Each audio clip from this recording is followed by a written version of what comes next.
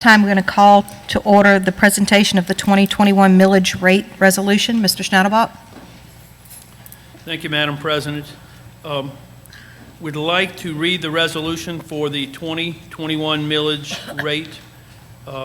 Be it resolved that the following millages are hereby levied on the 2021 tax roll on all property subject to taxation by the Tangipahoa Parish School System. Constitutional District 100 2021 levy 4.06 mils. The Hammond District Number 1 Hammond Magnet School Tax 15.00 mils. Hammond District Number 1 Alternative Program 3.00 mils. Sumner District Number 116 0.00 mils. Independent District Number 39A 0.00 mils. Be it further resolved that the proper administrative officials of the Parish of Tangipahoa, State of Louisiana, be and they are hereby empowered, authorized, and directed to spread said taxes as here and above set forth upon the assessment roll of said parish for the year 2021, and to make the collection of the taxes imposed for and on behalf of the taxing authority according to law, and that the taxes herein levied shall become permanent lien and privilege on all property subject to taxation as herein set forth and collected thereof shall be enforceable in the manner provided by law. At this time, Madam, we'd take public input if there's any comments. Do we have any public input regarding the presentation of the 2021 millage rate resolution?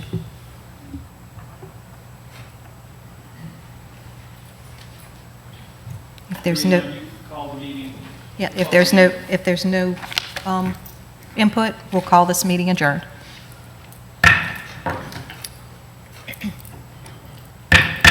Call to order the Tangipahoa Parish School Board meeting for April 20th, 2021. Roll call, Ms. Cindy. Give me a second, please.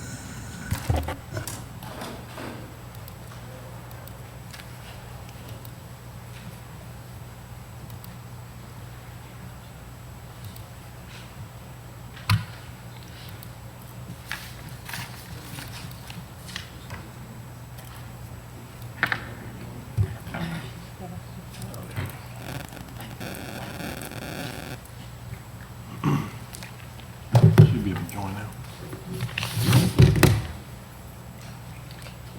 Ms. Richards? Present. Mr. Toller? Here. Ms. Abrams? Here. Mr. Westmoreland?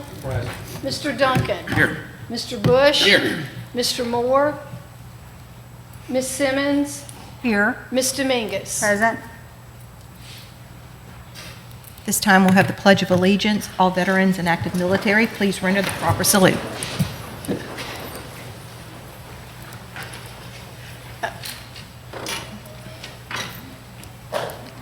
It'll be a minute. We bring you greetings from the campus of the DC Reeves Elementary School. We believe in achieving excellence together with high expectation. Our students are encouraged to shoot for the stars daily. It is our hope that we are impacting our future generation of leaders. Here at the DC Reeves Elementary School, we focus on doing the right thing because it's the right thing to do. By so doing, we exhibit our core values of being respectful, compassionate, and great. Today, we have 4 scholars representing the DC Reeves Elementary School. Mr. Aiden Simon will recite the Pledge of Allegiance. Ms. Ashlyn Riscato, Ms. Madeline Torres, and Ms. Samaya Jackson, who is also our Louisiana Elementary State Beta Vice President. They will be singing the national anthem. Thank you to Mr. Frederick Taylor, a 3rd grade ELA and Social Studies teacher, for taking the lead with our singers. Thank you to the district for inviting our scholars for this opportunity. Our upcoming events: April 21st, Student of the Month. April 23rd, Celebration of Students Dressed Down Blue for Child Abuse Awareness. April 26th through April 30th is our 4th grade state assessment, LEAP 2025. May 3rd through May 7th is Teacher Appreciation Week. May 6th and 7th and May 10th and 11th is 3rd grade state assessment, LEAP 2025. Thank you and have a legendary day. Please stand. Place your right hand over your heart and salute the flag. I pledge allegiance to the flag of the United States of America and to the republic for which it stands, one nation, under God, indivisible, with liberty and justice for all. Oh, say, can you see by the dawn's early light what so proudly we hail at the twilight's last gleaming, whose broad stripes and bright stars through the perilous fight o'er the ramparts we watched were so gallantly streaming, and the rocket's red glare, the bombs bursting in air, gave proof through the night that our flag was still there. Oh, say does that star-spangled banner yet wave o'er the land of the free and the home of the brave?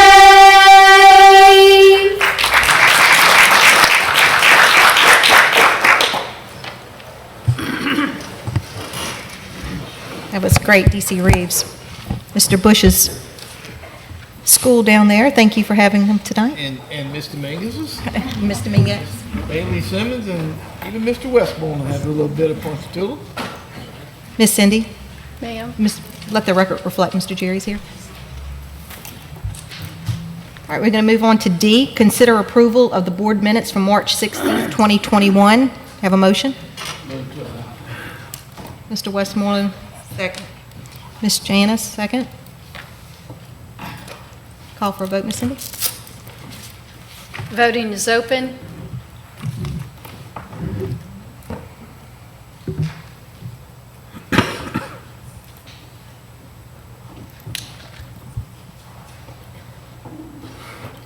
Yes.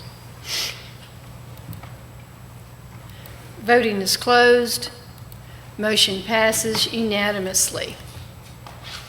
Moving on to our awards and recognition, I'd like to recognize the recipient of the Ennis J. Bailey Jr. Above and Beyond Award, Ms. Simmons.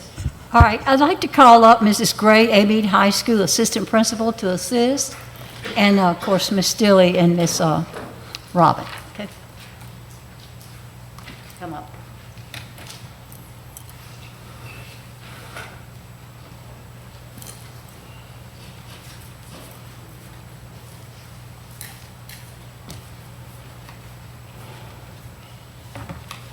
The recipient of this award tonight is Miranda Jackson. We'd like for her to come forward.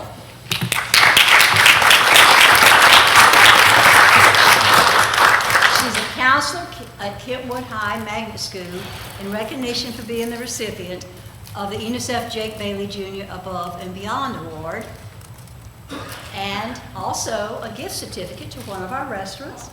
And I just wanted to remind the audience that this award was had started with my late husband, Jake Bailey, back when he was on the school board many years ago, when he would go into the schools and find individuals, secretaries or whoever it would be, that went way beyond their normal duties to do their job. And one in particular was a secretary that every time he went in, she greeted him warmly, and whatever they needed, she took care of it. In other words, it's not just what the regular job was that a person was supposed to do, but it's when they went beyond their regular job. And we have tons of people that do that.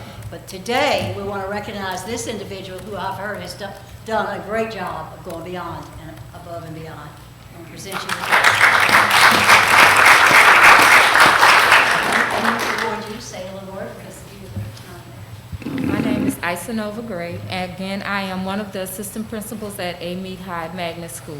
The reason that I wrote this letter, not even knowing about the award, but really just wanting to recognize a person who has meant so much to Amite High School, not only in her presence, but in her absence.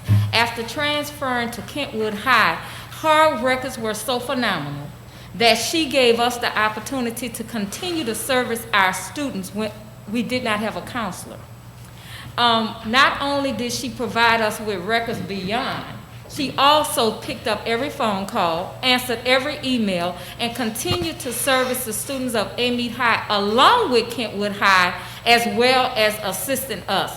And I could not find a better way of acknowledging the wonderful job that she has done, is doing, and will do, but to let everyone know what a phenomenal counselor, woman, and person she is. So thank you for this opportunity.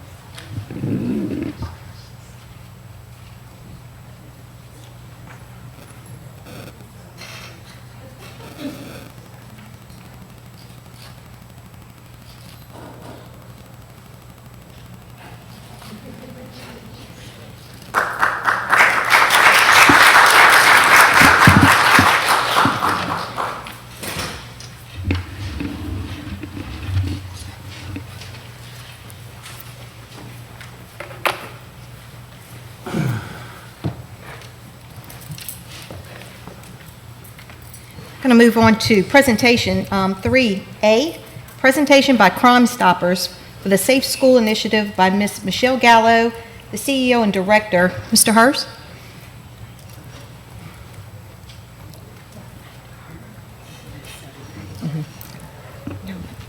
Good evening, Board.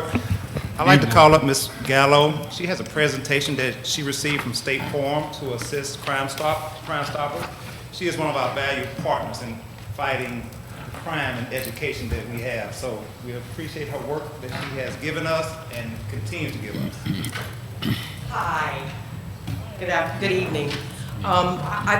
State Farm Foundation granted Crime Stoppers with a grant and with their community grant. And I have Alexis Corbier and Stan Johnson here with me to represent State Farm. And this money helps us with our P3 app and our Safe School Initiative. It helps with all the collateral that we purchase, that we send out to the schools. And I felt that it was appropriate to acknowledge State Farm here to the board. So I'd like to get a photo if we could. Yes, yes. Ms. Philly and Dr. Hurst. We got a big one here.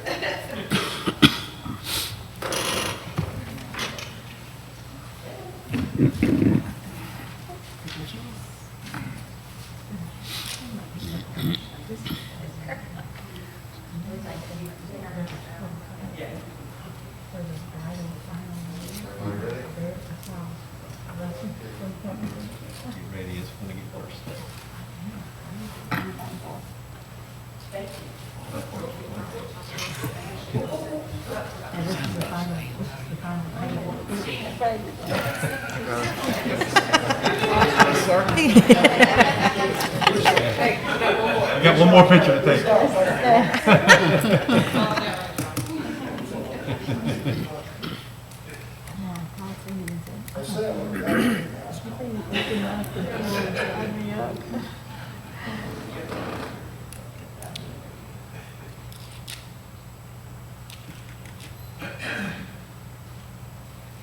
Thank you.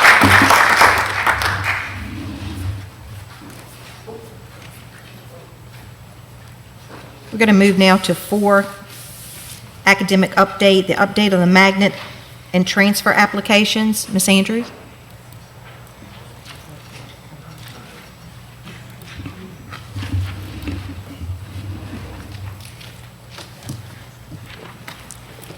Hi, and good evening, everyone. Dr. Fussell and I will kind of give you a brief update on our transfers, including magnet, diversity, and employee request. As you know, magnet transfers are every school year. Parents, guardians can apply for those transfers. They began and will end June 1st of this school year for the upcoming year. Current magnet students do not have to reapply each year, so that kind of takes a little stress off of them. We send an intent to return form. Those have already been sent out and received back. Students just check, yes, I'm remaining, or no, I plan to go back to my home school. So we've already accumulated those. Students also have the opportunity to return to their home zone schools at the beginning of each semester. So if a student begins a school year and decides they want to go back to their home zone, they can do so beginning in January of the next year, of that year. And then again, if they intend on returning after this school year, they can let us know this summer, and we code them back to their home school.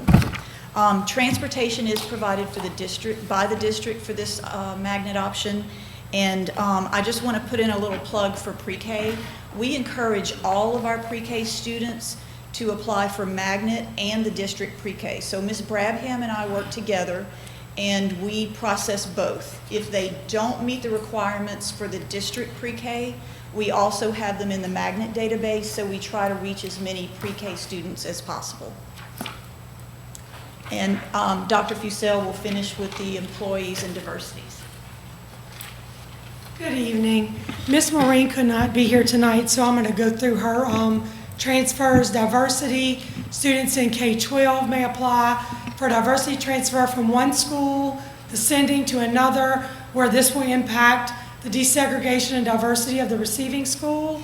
An important thing, bullet number 2, diversity transfers in grades K-12 automatically renew each year, and that's through the feeder patterns until graduation. So if you are currently on a diversity transfer, you do not have to take any action. It automatically renews. Students may return to their home zone school, but that's with the written request of a parent or guardian at the beginning of each semester, which would be August or mid-December for the next semester. Transportation is provided, and Ms. Maureen can answer any questions at her email or her number, which is also on our website. Child of employee transfer. A student whose parent or guardian or TPSS employees are eligible to attend the school where their parent is assigned, that feeder pattern. They have to fill out the application.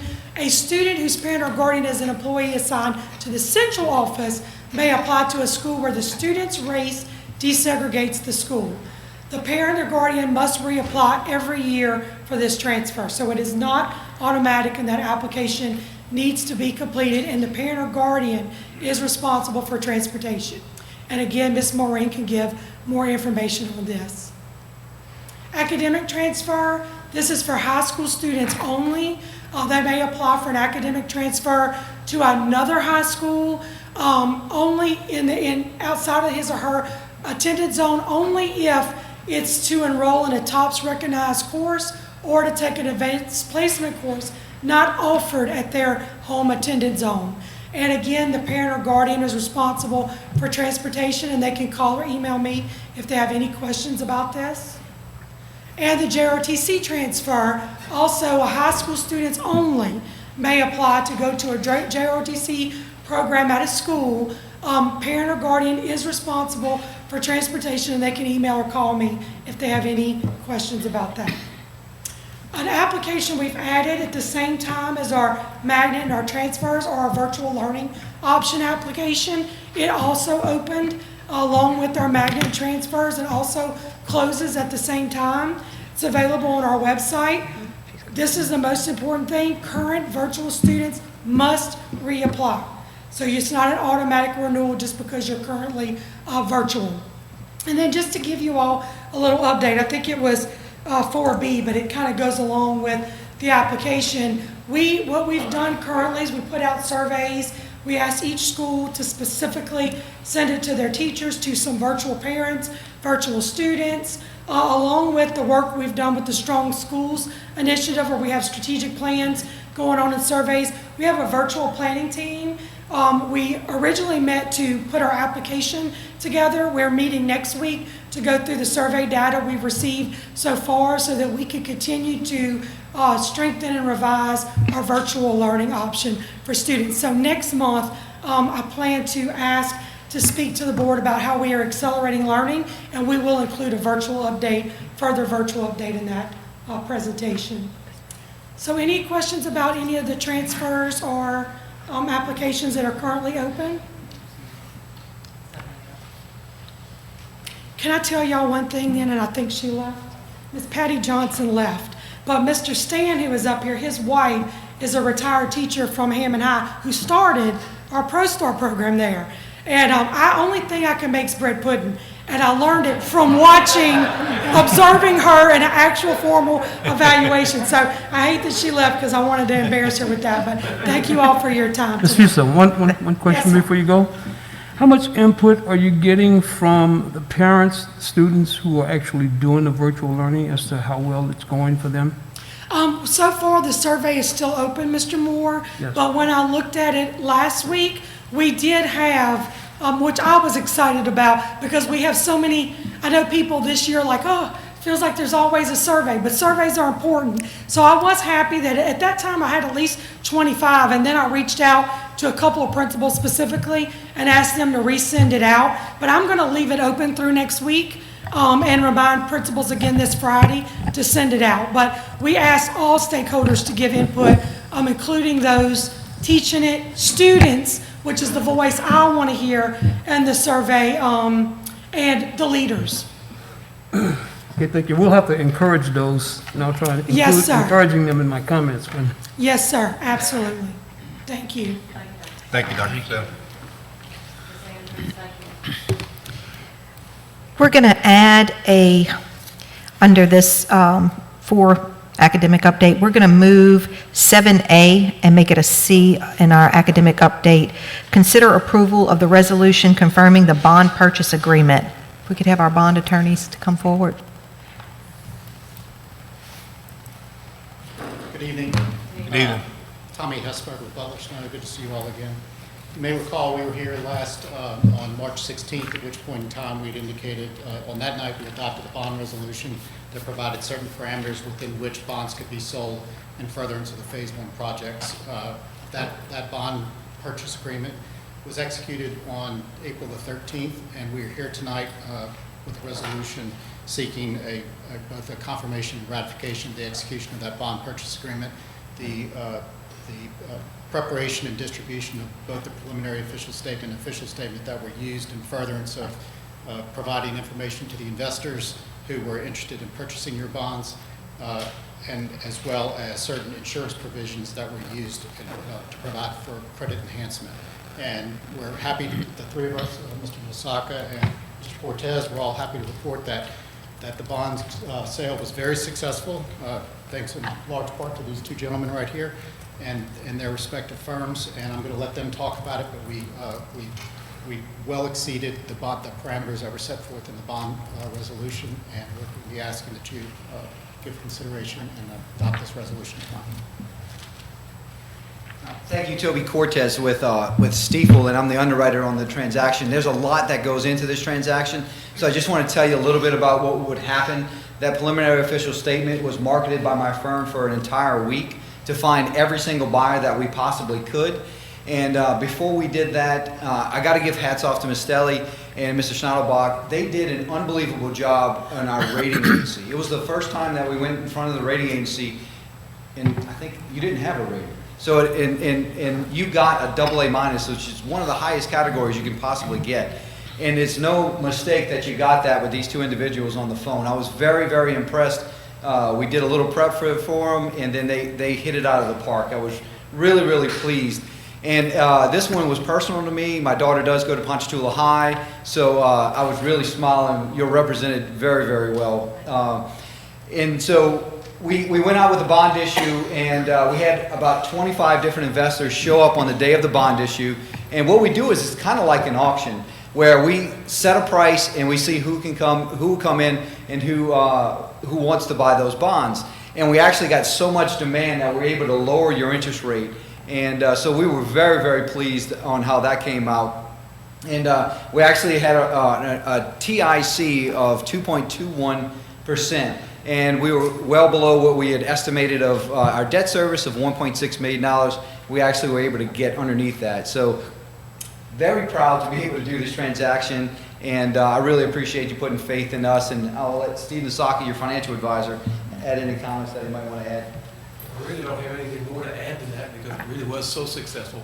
But the benefits of how we proposed to finance this transaction using a negotiated offering, and as a result being able to time the market and go out to market at a time when there was a lull in competition, worked to our advantage. But again, we can take a lot of credit, but we're marketing a school district that's exceptional and financially exceptional as well. So wasn't a hard sell by the time we get finished. So we appreciate the opportunity to serve you in this regard. It was our privilege to work with Brett as well on this.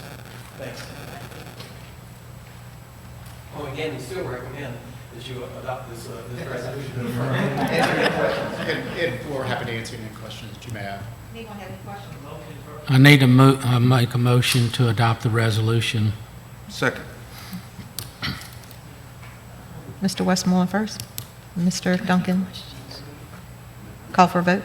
Just one comment. Just want to thank you guys for your work. We gave y'all a very hard time throughout this process, I think, and you guys, accepted all of that, worked very hard for us, and we appreciate it. And I know the community, when they find out the great deal that they got in this, will also be grateful. So thanks.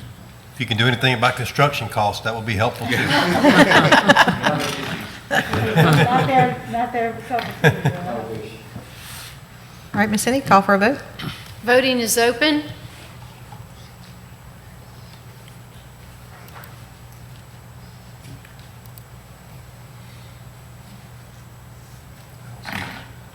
Oh, I'm sorry, I didn't open it. It's open but not open.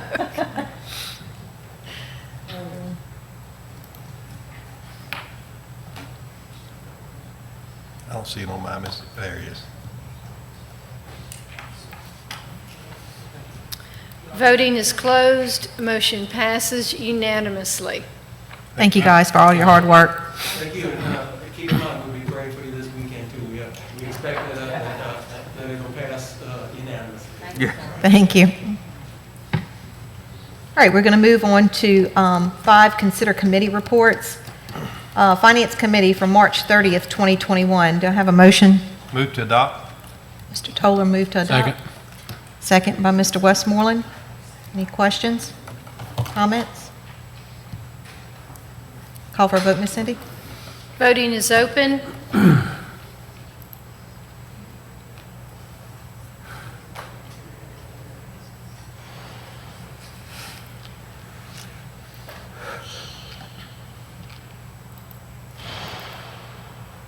Voting is closed. Motion passes unanimously.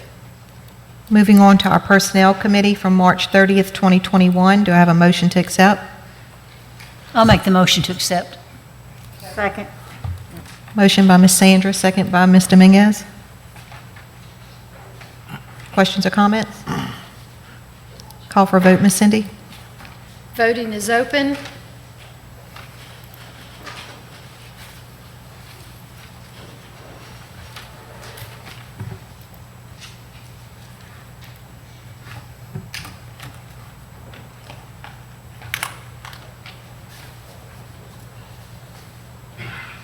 Mr. Moore, you have to vote.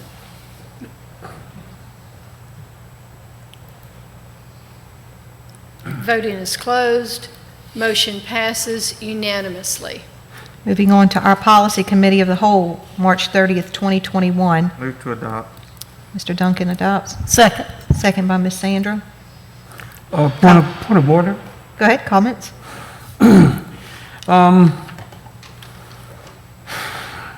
Revision, item number 4, section 1, considering the approval of the revision to policy IDBA, sex education.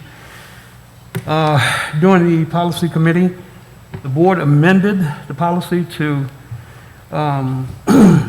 not give consideration to the recommendation by the state to lower the grade for sex education for grades 3 through 6. Okay, so we removed those. And I would like to make a motion to add that age group, that grade group back into this, because, I mean, after doing some research myself, checking with the World Health Organization, the damage that is done to children at a younger age, and actually it states 0 to 4, and it kind of makes it evident that if we wait until age 7, until the 7th grade to start educating kids on sex education and teaching them about the warning signs, I'm talking about something that is age appropriate. I know we can't teach 3rd graders about sex, but we can most certainly have something that's designed that's age appropriate to help them to understand when they need to shout out, when they need to cry out. And we can do that. I see it all the time on TV and other places. I see it in advertisement. But by the time a child gets to the 7th grade, if that child is undergoing something that is sexually inappropriate, it's too late. The damage that is done to that child is pretty much irreversible. So I think the state's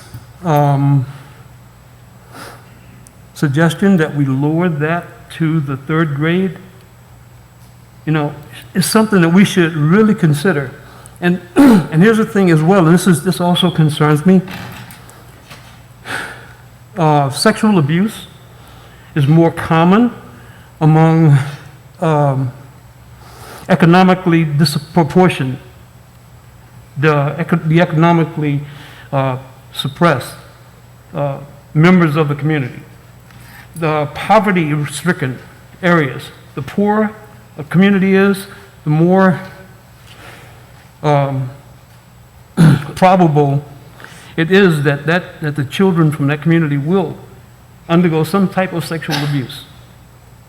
So I don't know if it's a financial reason that we don't want to put these programs into place, but from a moral standpoint, I think that it's just essential that we remove that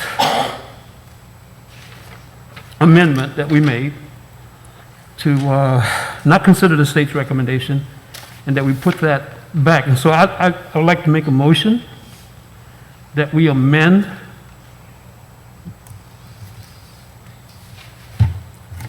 let's see. Mr. Moore, I don't think we took this out of our agenda because I think it was, correct me if I'm wrong, Brett, but it was because we don't have the teachers that can teach 3rd grade, and we were wanting to wait until we had something in place in order to be able to put that back into play. I don't think we have the appropriate books and the appropriate teachers to be able to teach this at the time. So I think that's why we decided to take it off. Am I correct, Brett? As I recall, the discussion in committee, we first asked the question, where did this recommendation come from?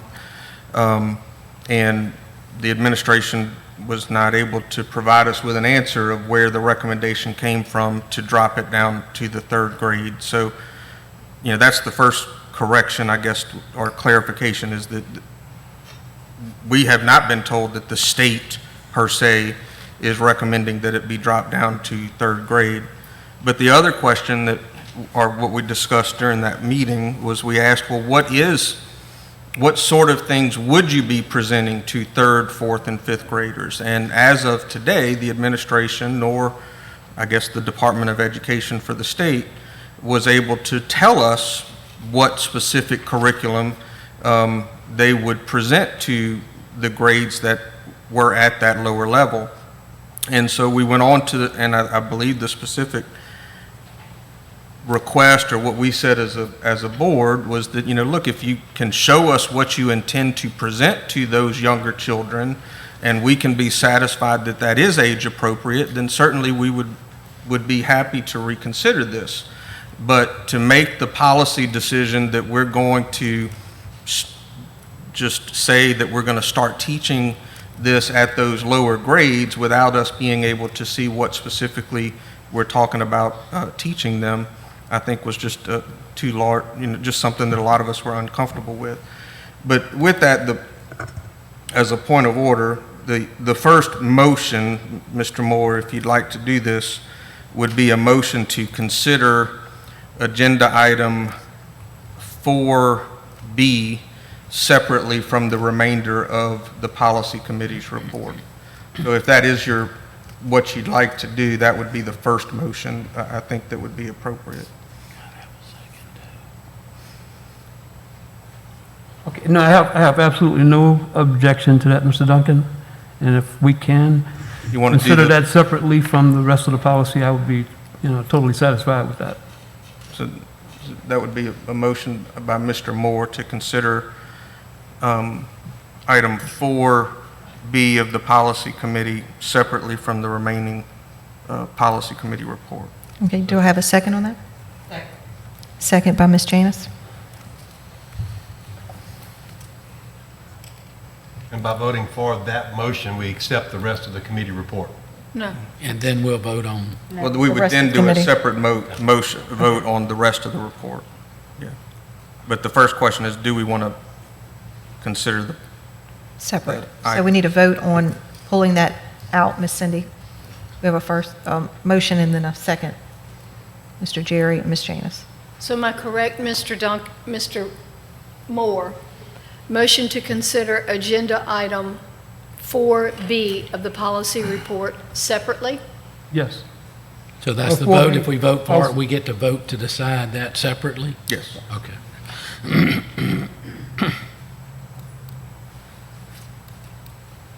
Voting is open.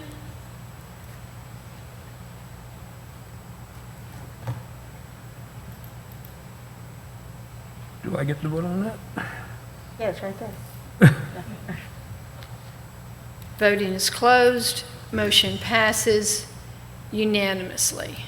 Madam President, I move at this time to approve the remaining portions of the policy committee agenda report other than item 4B of that report. Second. Second by Mr. Toller.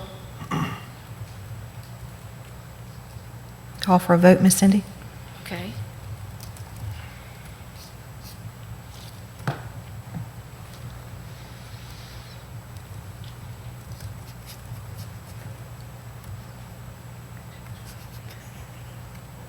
Who seconded it? I'm sorry. Mr. Toller. Mr. Toller.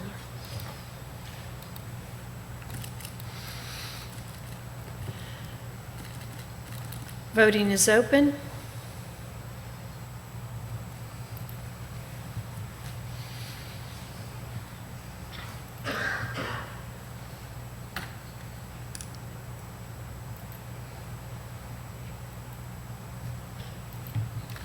Voting is closed. Motion passes unanimously.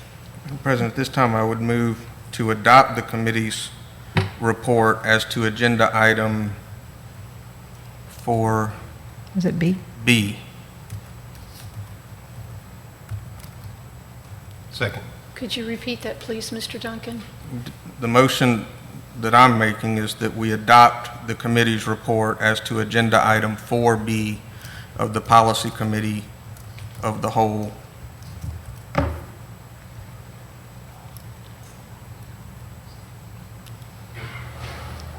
We're adopting it as is? That's my motion. Okay. Which I believe is seconded by Mr. Toller. That opens it up for debate. And then at this time, you would then be able to take Mr. Moore's motion to amend.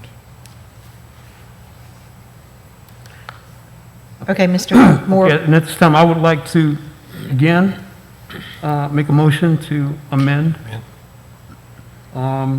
revision revision 4, section 1, item B, by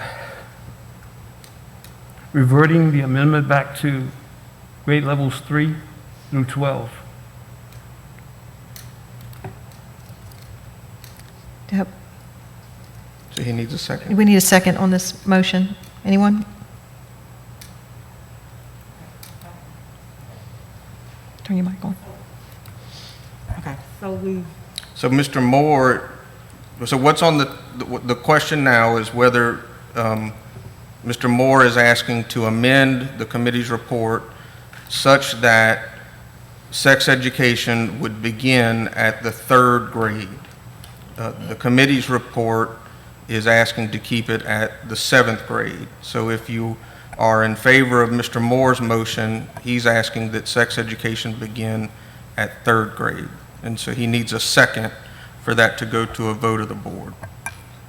so I need to second before I ask a question. Right, Yes. okay, I'll second. Okay, we have a second by Ms. Janus. All right, questions, comments? Okay, so, Mr. Moore, what you're saying is that not necessarily sex education at the grade level, at the 3rd grade level, more of precautionary for abuse of all kind, right? Yeah, simply because we don't have a program. This is the closest that we have that comes to child awareness as far as inappropriate sexual advances at a younger age. And so, since we don't have another program, I'm not asking for children to be taught about reproduction and things like that. I'm just talking about some program that makes them aware that it's not okay, and that they do have an avenue, and that they can do something by speaking up. Okay, like your parents would be saying, okay, don't, these body parts, no one can touch. Exactly. That Right. sort of, Mhm. yeah. Right, Ms. Sandra? That's more child abuse or. Basically, yes. The problem is we don't have anything, a curriculum I to even, understand. I'm sorry. yeah, we don't have anything to go by at this moment. I mean, I agree with him 100%, we need to do that. I just watched something on television not long ago where they did puppet shows to show them inappropriate touching and that kind of thing, and kids came forward afterwards. And I do agree with you on that, but we have nothing in place right now to say, yes, approve it, because we can't teach it. Okay. Ms. Sandra? Oh, I'm sorry. Well, the main thing is, like Mr. Duncan said, we don't really know what the State Department is, what they want us to do yet. We don't know what's outlined in this, how far they're going to go with this, right, for 3rd graders. Right. At this point, we don't know. And also, Ms. Stewie, do we not have something in the health courses or something for 3rd graders and up about these inappropriate behaviors towards our children at home? There are some programs that's done, but I couldn't give the board a full update on that tonight. I would just kind of recommend that we need to investigate this some more and see what we currently are doing around child abuse and, reporting, and, what we do to educate children to report child abuse or, inappropriate activities, and then look at, also our policy. We may already have a policy on that in the books. But our health class, we do have health classes for the 3rd graders at this. Right. All right, but right now, we need to investigate what actually they're covering, because the points that Mr. Moore brought out are very critical. Yeah. So I think it's something we need to look into and find out what we're currently doing and be able to brief the board on what we're doing and then see what steps we need to take to. And so we could bring that information back at our next meeting? Yeah. Next. We can do it that way, and then we can also look for any particular policies that we may want to consider around this topic. Which was what we said at the policy committee meeting, was, that, again, the concern was just giving carte blanche approval to doing sex education at the 3rd grade level. We just wanted some specificity. But I did want the public to know, I have 2 children, one's 7th and 8th grader. both at Hammond Eastside. Both of them actually within the last few months have been doing, they had specific lessons that they did related to human trafficking and sex trafficking, as well as child abuse. It was, and that we were given as parents the opportunity to opt them out of participating in those lessons if we wanted to. And then at the younger ages, I do specifically recall certain health classes where they just talked generally about, body parts and things like that. And of course, my wife and I have done a lot of that as parents as well. But again, I don't think this board is opposed to the idea of us having age-appropriate curriculum. I think or at least me personally, I just would like to have the opportunity to see that curriculum before I just go forward with saying that this is what we're going to do. Agreed. Yeah, and if we don't initiate something, then we will never see what you're asking for. And so this is an attempt to try and establish that. It's a because good the World discussion. Health Organization designates child abuse, sexual child abuse, as one of the factors that creates the behavior that we see in a lot of our kids today. Well, Mr. Moore, do you want to keep, that we don't understand. do you want to keep this on the table, or would you like Ms. Stilley to look into this further and then bring it back for a motion at our next meeting? I would be perfectly fine with that because, yeah, if Okay. if we did get some So research on it. let's take the motion off the table that he wants. Motion to table? No, we're going to just Well, it would be the motion to change it would need to be tabled. We still need to adopt the other revisions that we've already done that we've asked. We haven't done that adopted yet. the policy. We need to adopt the rest of the policy. No, we didn't. I think Mr. Duncan's correct. We need to adopt this one, and Jerry, if it's okay, let Ms. Silly come back with her staff and fill us in on what we're doing for under 7th grade, because I'm interested myself. I would too. But I would like to think do what we that. have now for 7th up, we're good. But let's check in what we're doing coming down, and you're making a great point, Jerry. I think that's something you got me interested in. What are we doing for our 3rd or 4th, Yeah. 5th graders? So it would be up to you to remove it off. Or we can just vote on this motion. Vote on the amendment and then move on to the motion. Okay. I call. All right. So let's call for a vote, Ms. Cindy, on the amendment. Jerry's amendment right now. On Jerry's amendment. We're voting on, we have a first, Mr. Jerry, and a second by Ms. Janice, and we're calling for a vote. Voting is open. Just no.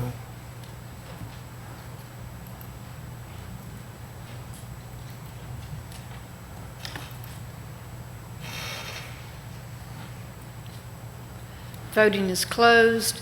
Motion fails with Mr. Moore voting yes. All right. Okay. Call the question on the, Now we need to call for a motion Mr. Duncan's motion. To adopt. Motion To adopt. to adopt And Mr. Tillers. B4, 4B, yeah. 4B, B4. I feel like I'm playing bingo. 4. on first. Voting is open.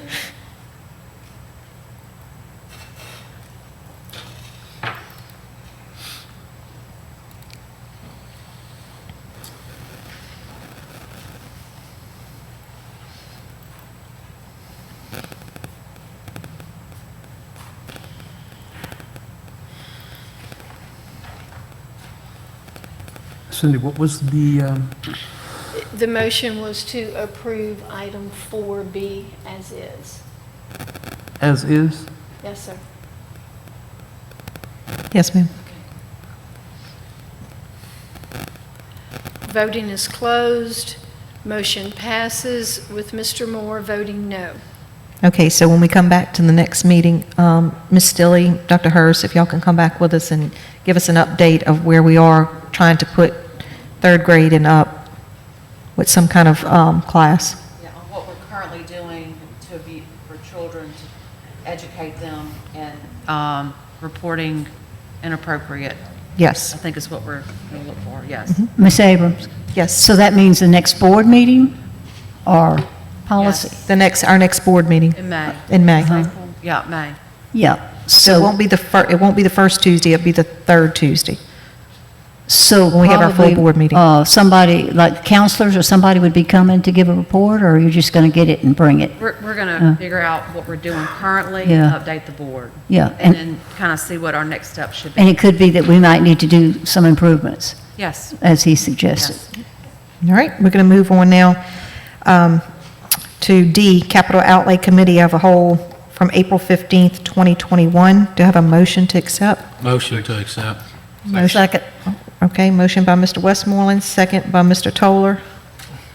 Any questions or comments? Oh, Robin, we're talking about capital outlay? Yes, sir. I do have one question, and I'm trying to find the answer. By the way, I got my second COVID shot that day. I felt pretty bad. Sorry I missed that meeting. I was on one, wasn't here. I don't know if Mr. Minkus has been getting these phone calls about the cross-country team at Punchville High School running across these bridges. Did we fix that problem? Yeah, I think we, We will if you approve this. Thank you very much. yeah, I think this was on the capital outlay. So much. 'Cause Oh, we yes, took that, we'll we take took care of that, we took that culvert out and but now it's coming back. Thank you, sir. All right. Ms. Cindy, call Okay, for a vote. I have a question. Sure. Concerning, okay. I would like to do the same thing, separate,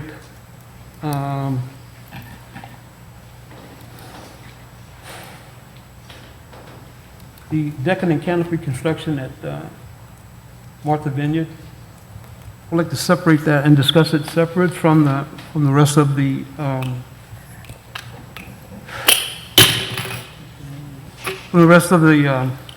the items that are under the Capital Outlay Committee.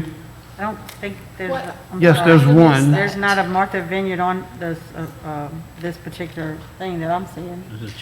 It is the action, let's see. Elementary, It's not Martha Vineyard. Camp Cooper, I'm sorry. Camp Cooper, okay. Yeah. So that would be D It will and be E. D and E. Section D. Actually, section D and E. Section D is both Champ Cooper Elementary items. Considering the low quote to construct decking and ramp serving Camp Cooper Elementary, schools temporary portable classrooms. Okay. So we'd like to adopt A, B, C, and What, do we need a motion to Hold on, so consider? the, F and G? Wait, so the okay. motion by Mr. Moore is to consider action items D and E of the Capital Outlay Committee Separate. report Separately. separately. Is that your motion, Mr. Moore? Yes, it is. And I'll second his motion. Okay. Voting is open.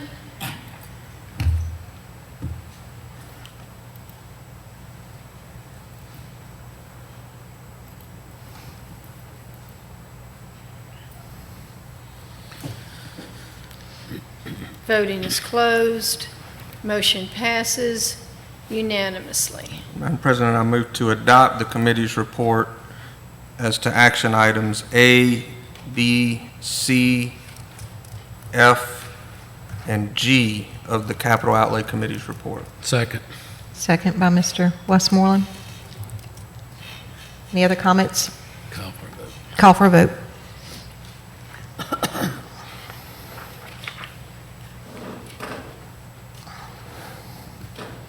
Mr. Westmoreland? Didn't come up. It didn't come up, me Who either. made the motion? Oh, Mr. Duncan Mr. made the, Duncan made and Mr. Westmoreland seconded. Ah. Voting is open.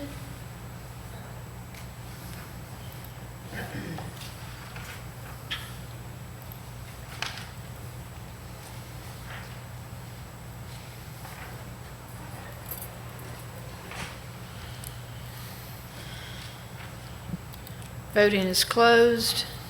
Motion passes unanimously. Madam President, move to adopt the committee's report from the Capital Outlay Committee of the whole as to action items D and E. Second. Motion by Mr. Duncan, second by Mr. Westmoreland. Any questions or comments? Mr. Jerry? Okay, all right. No, I don't know, Mr. Schnellbach, we have considered, and I guess this would be something that would come under your responsibility. Yes. And I know that we talked about this during the capital outlay meeting. The one question that I had is, did we give any consideration to the available space that we have at Greenville Park Academy to house these extra students while the new classrooms are being built? Because I believe we have like 1,000 student capacity there, and we're using less than 50% of that. We did not consider the capacity available at Greenville Park in lieu of bringing the temporary buildings into Champ Cooper. It is quite a long distance to transport from Champ Cooper into Hammond. Let's see. Okay, we are currently housing some of these students at Hammond East Side, right? No. We're not? No, these students are currently at Champ Cooper. Their classrooms, again, as I told at the Finance Committee, at the Capital Outlay Committee, the growth at Champ Cooper is overwhelming. When we implemented the new student assignment plan, we moved 250 students from Champ Cooper to Hammond East Side. Those are the students that reside north of I-12. We reduced the attendance zone for Champ Cooper and made it much smaller.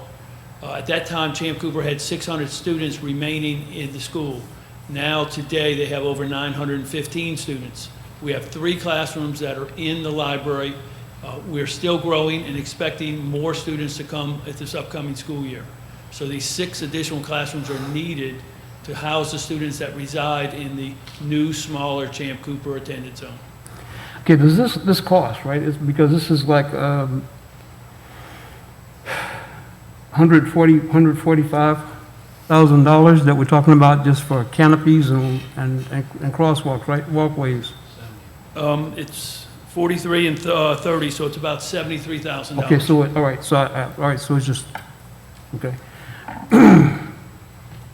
Now, these Okay, does that buildings- include the rental of the modular units? It does not include the rental of the modular units. Okay, so what would the cost to rent those 6 units? Are those units, let me ask you, are those units there now? No, they're not there now. Okay, so. I don't have the cost of the units in front of me, so I can't tell you for certain. And we're talking about renting them for 6 years, right?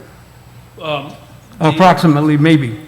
Well, the lease right now is just a 2-year lease because it's currently covering the Phase 1 construction, but we anticipate utilizing these additional buildings through the completion of a Phase 2 of the Champ Cooper Middle School, which hasn't been discussed or designed yet, but it is anticipated by the administration will be needed in the very near future. Okay, so would it be safe to say that we don't know what the cost is going to be on those temporary modular units? I'm sorry, Mr. Moore, I didn't hear the question. So would it be safe for me to say that we don't know what the cost would be on those temporary units? No, we know it, I just don't have it with me today. I see. And correct me if I'm wrong over here, Mr. Brett, didn't you say that this was going to be a year-to-year? We didn't have to sign a long lease? It's a 2-year lease. If I said year-to-year, I'm mistaken. It's a 2-year lease at first, and then from there on, it'd be year-to-year lease. It'll be year-to-year, but we only have to lock in 2 years for right now. Well, we know we're going to need it through the construction of the 10-classroom addition. Right. If the community still grows, as our demographer projects, that this school will grow to over 1,400 kids, we will need those buildings while we build a Phase 2. So it'll still be in use then. But, we'll know more 2 years from now when the enrollment continues to grow. So the studies project a growth of 1,400 kids? Correct. Significant growth in that area with the subdivisions that are going on out there. So how long is the construction of the Phase 1? It's going to be about 18 months. About 18 months? Yes, sir. So how far out is the expected growth of 1,400 additional? It was a 5-year projection by our demographer. Okay. So it is possible that we could actually temporarily house the overflow. It may be if we don't build a Phase 2 soon enough, there may be a point where even these 6 classrooms in the 10-classroom addition may not accommodate the future growth. I'm sorry, when Mr. Moore's finished, I had another question. Okay, so we're talking about we're talking about $70,000 $6,000 plus whatever the 6 modular temporary classrooms we're gonna install there, the 6 modular buildings. How many classrooms is that? 6 classrooms. Okay, 6 buildings, 6 classrooms? No, 3 buildings, 3 3 buildings, 6 classrooms? Correct, Okay, yes, so sir. we're talking about 3 buildings. All right. 3 so buildings, Okay, that's 6 my classrooms. that's my misunderstanding.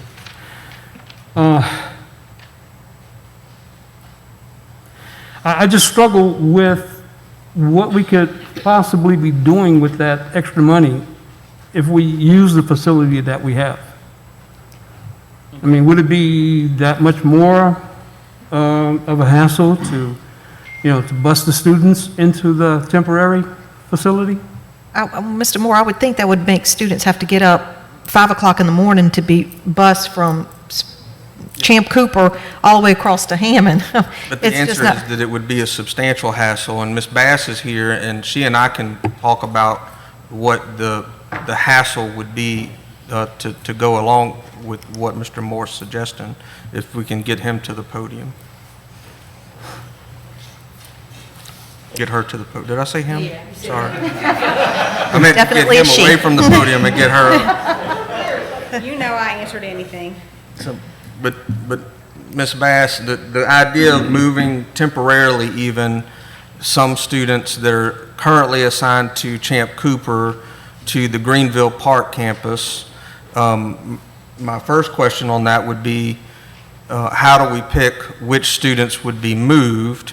And it's my understanding that our current final agreement would prohibit us from moving any of the M-to-M students that are currently transferring based on an M-to-M transfer to from Champ Cooper to any other campus. We have to accommodate all of those M-to-M transfers at that existing campus. Is that right? That is correct. So you wouldn't be able to just move specific grades to Greenville Park. You would only be talking about possibly moving some of the kids who are zoned to Champ Cooper to Greenville Park, but you would have to take the M-to-M students at the current campus at Champ Cooper. Is that right? That is correct. And I'm not sure how we would even do that. The And it first was step of certainly either. not contemplated in our court order. Right. In So- any of our court orders, actually. So, but even if we were able to come up with some sort of way to do that, wouldn't we have to go back somehow to court and get court approval to do something like that? Well, yes, because it would be a total change of what we're under right now. And we are now in this, we have our recent decision, which speaks to our student assignment, speaks to our diversity transfers. So I don't know how we could do that under the court order or just able to do it. All right. And so how long did it take to get the judge to sign the most recent final agreement? Took a minute. Should be nice. Okay. All right, I think that's enough. I do have a question for Mr. Steinbach, and I know you figured this out before, and I've heard you say it. Why is it better for us to lease these things than to just buy them outright? Well, the cost of purchase was significantly more, Mr. Bush. Yeah, of course. And And I understand Mr. Moore's part. It's painful. I got it. Yes. I don't know what we can do because they cost so much to buy, and then we're going to be, what we're going to do with them after we through with them in 2 years? Yes, we're not going to need them after this. Yeah. And they are used classrooms too, we're leasing. Yeah. All right, so any other questions or comments? And so we are legally bound to, to provide temporary modular buildings to house or to accommodate the increase of students in a certain area. We are legally. And we have no other options to use the student occupancy that we have at another school to take care of that. We are legally bound, and we have a court order at this time to add classrooms to Champ Cooper to accommodate the growth. Therefore. And the M-to-M transfers. Well, which is part of the growth. The growth includes the growth in the community out there, but also the MDM transfers, which we have significant amount of to Champ Cooper. We must accommodate all of those.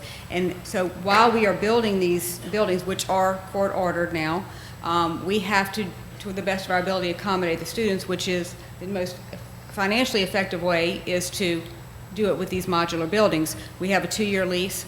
We are optimistic that we can finish that and accommodate them and get rid of those buildings. At phase 2, we don't know what that will be. We can't speculate to that. So certainly legally, I don't see any possible way for us to transfer students from Champ Cooper into Greenville Park with what Mr. Duncan was speaking about, our MDM transfers. How will we make that decision logistically? How could we do that? How could we bus, and we don't want to bus students, how could we bus students in? We already have bus issues. So, Mr. Moore, in answer to your question, we are legally obligated to build these classrooms, and at the same time, we are obligated to house these students. And in diversity and MDM transfers, space is not an issue. We must accommodate them. Therefore, we have to lease these buildings. Capacity does not figure in. Okay, Ms. Cindy, we're going to call for a vote. And the only motion, right, Mr. Moore didn't make an amendment, so the only motion is to approve the committee's report as to D and E, right? Right. As it is. As it is. It is. Just the regular Voting is report. open.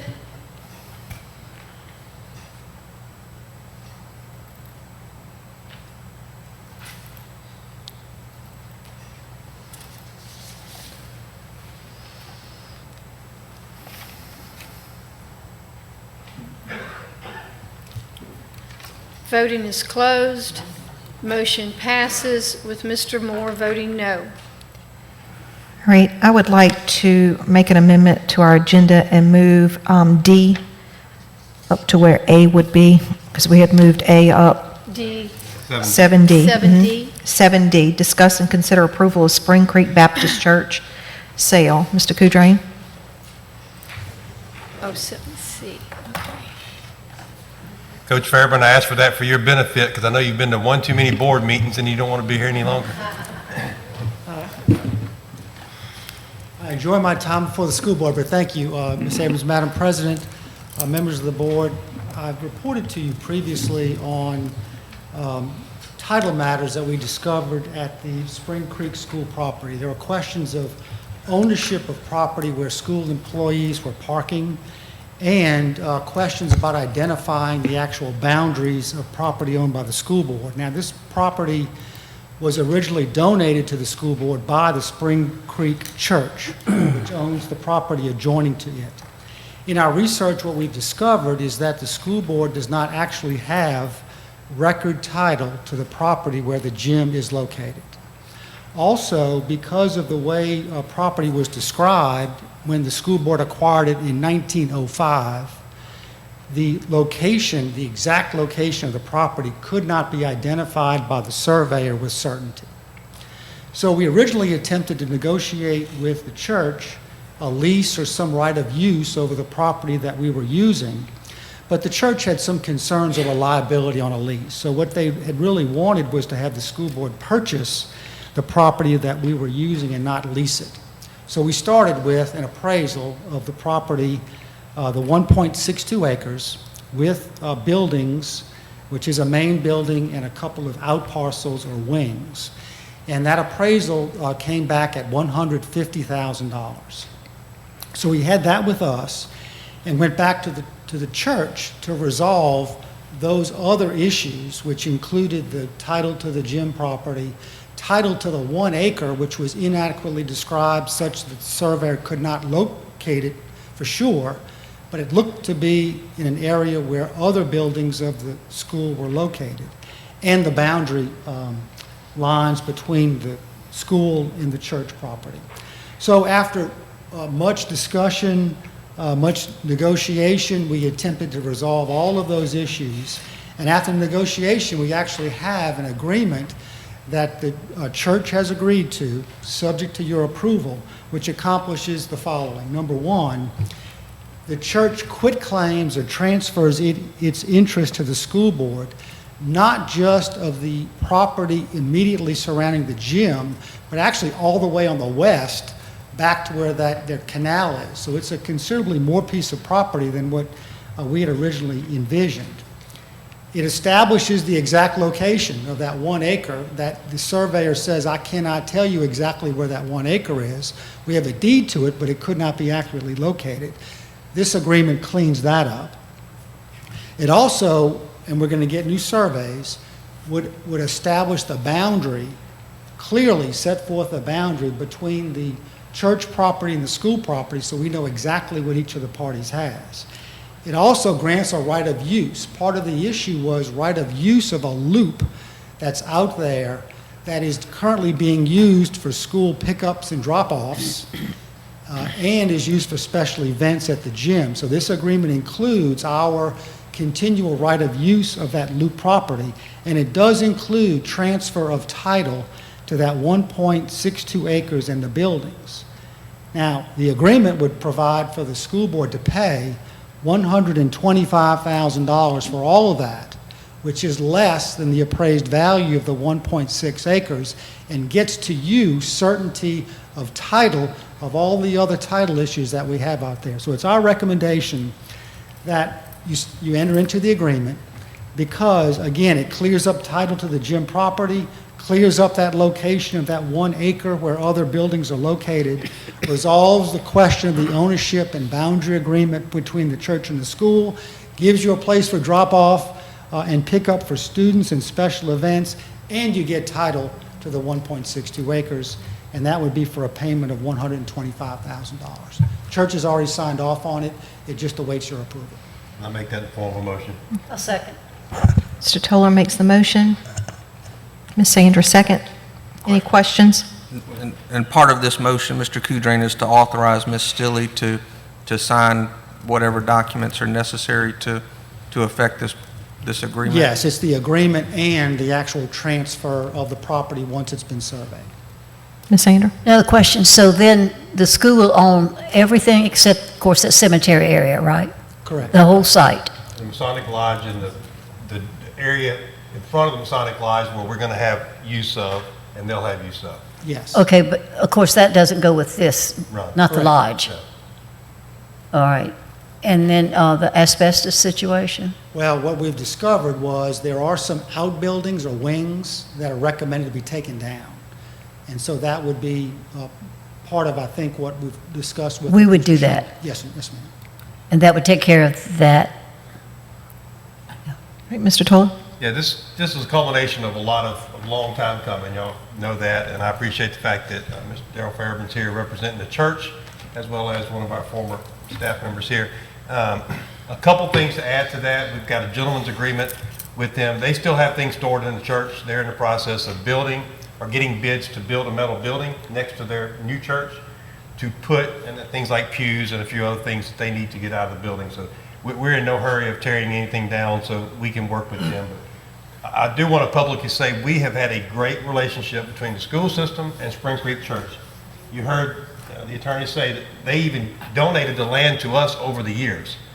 So this is a win for the church. This is a win for the school system where we both help each other out. We've been using their property for years. And so this is the right thing to do. So I appreciate the board's support on this. Do we need to add, Tom, in there that we're gonna give them a certain amount of time, a year, 6 months, to help to get that out of there, or that disagreement you have is good enough? The agreement addresses that, Mr. Bush. Okay. Yes, the agreement addresses that. Won't take long. Anyone else? Call for a vote, Ms. Cindy?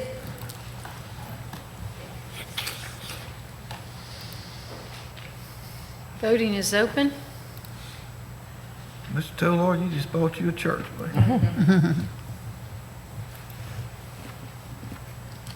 Prayer meeting before school wouldn't be bad either. Voting is closed. Motion passes unanimously. Thank you for your courtesies. Thank you, Mr. Kudrain. Thank you, Coach Fairburn. All right, we're going to move on to 7B. Consider approval of resolution to support Southeastern Louisiana University ROTC program. Oh, 6A, I'm sorry. I done moved so much on 7, I forgot to go back.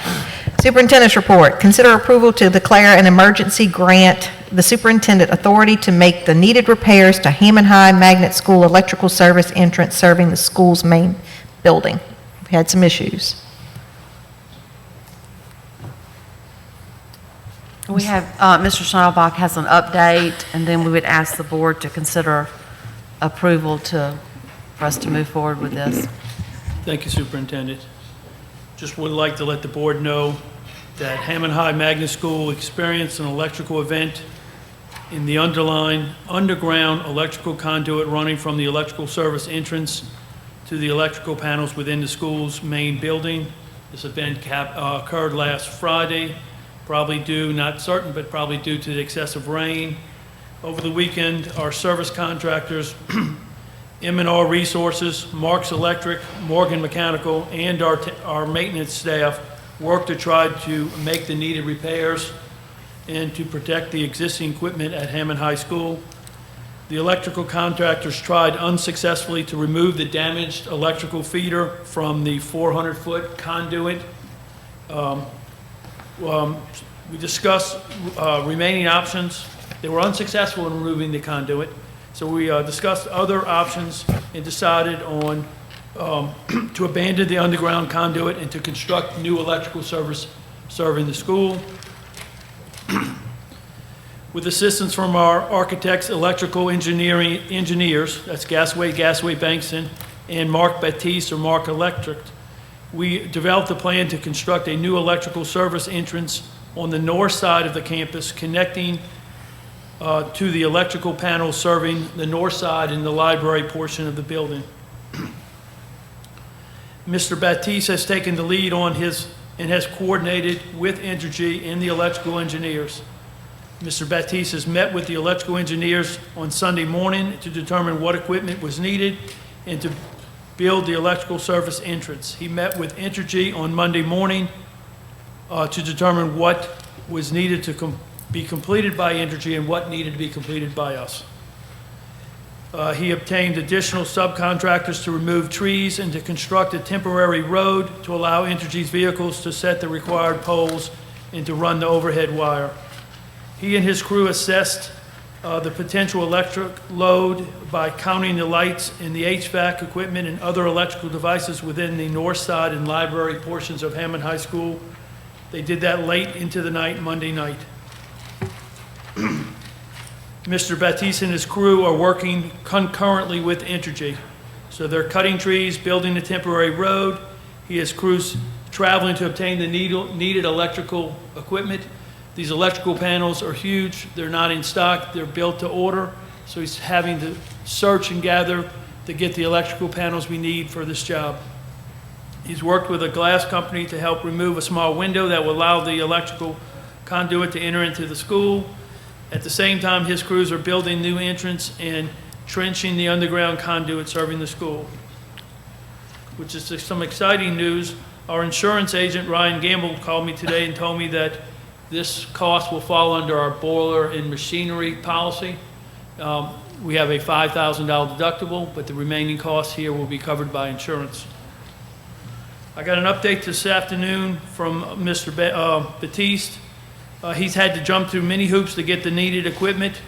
I told you already that the electrical panels are built to order, so he's having to find one that meets the needs. The road is built, the trees are removed. Everything is in place for Entergy to begin their work tomorrow. We've set up the new account. We now just need permanent approval. We expect Entergy will be on site setting poles and running wire tomorrow. Just would like at this time to recognize Mr. Baptiste and his company for the work they're doing and taking the lead on this. I think he's gone well above the call of duty on this. Thank you. All right, anybody have any questions? So is there a motion that we need to make? Yes, we need to make a motion for Ms. Philly to be able to sign off on this. I'll make that motion. So I think the motion is to declare an emergency and grant the superintendent authority to make the needed repairs to Hammond High Magnet School's electrical service entrance as outlined by Mr. Schneidelbach. We have a motion by Mr. Bush, second by Ms. Janice. One question. Do we have, unless you said it and I didn't hear it, but do we have an oddball estimate of what it could cost? Right now, we would estimate the cost between $100,000 and $150,000. And insurance is going to pay it all but $5,000, right? I'm sorry, All but 5,000, the insurance will pay? yes, we'll pay the $5,000 deductible, the insurance policy should cover. There's also going to, Ms. Stilley needs to let the board know and the public know that we're probably going to be another 2 days of virtual learning at Hammond High. We anticipate the job to be completed. If not completed by Monday, we'll be running on generation backup power. That's something also Mr. Batista's coordinated. If Entergy can't complete their work and have us power by Saturday, he will have a backup generator that will run the north side and the library side of the school until Entergy can complete their work. Man, this is like a month or 6-week project we're gonna do in 4 days. So in other words, Good job, sir. no school at the site this week, but hopefully Monday with the generator if we need it. Yes, ma'am. All right, call for a vote, Ms. Cindy. Voting is open.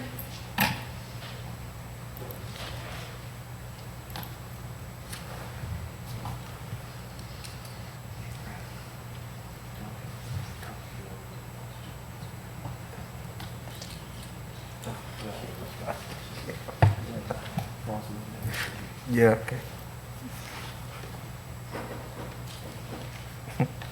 We do have a dress code.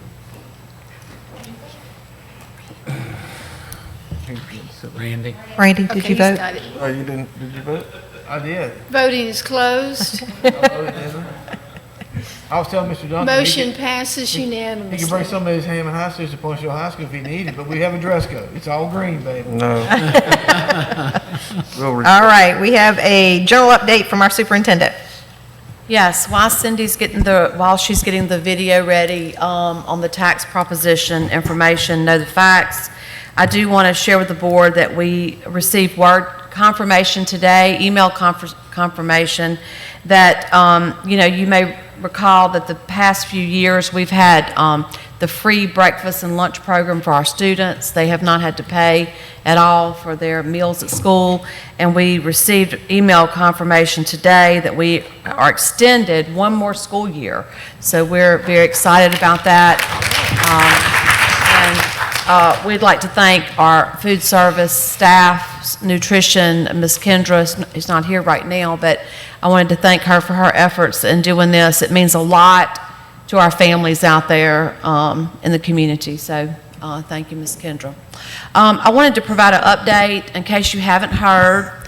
We do have I'm smiling because I'm pretty sure that we've all heard about this. But there is a half-penny tax proposition on the ballot for Saturday, and I'm going to ask Cindy this is a Know the Facts video that we have posted on our website and on the tax page as well. But if you'll play this real quick, and then I have 2 clarifying points, and then we're going to move on. Thank you.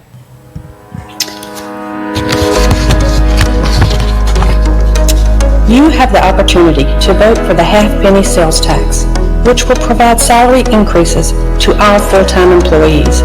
This includes bus drivers, custodial staff, cafeteria staff, school staff, and all other full-time staff. Competitive wages will allow the district to attract and retain the best staff for our students. Our students need and deserve to have the very best working with them in our schools every day.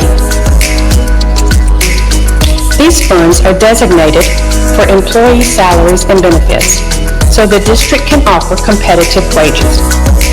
They can only be used for payroll.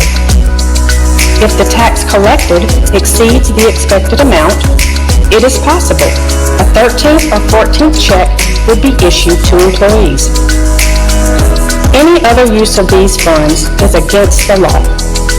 It cannot be used for any other purpose.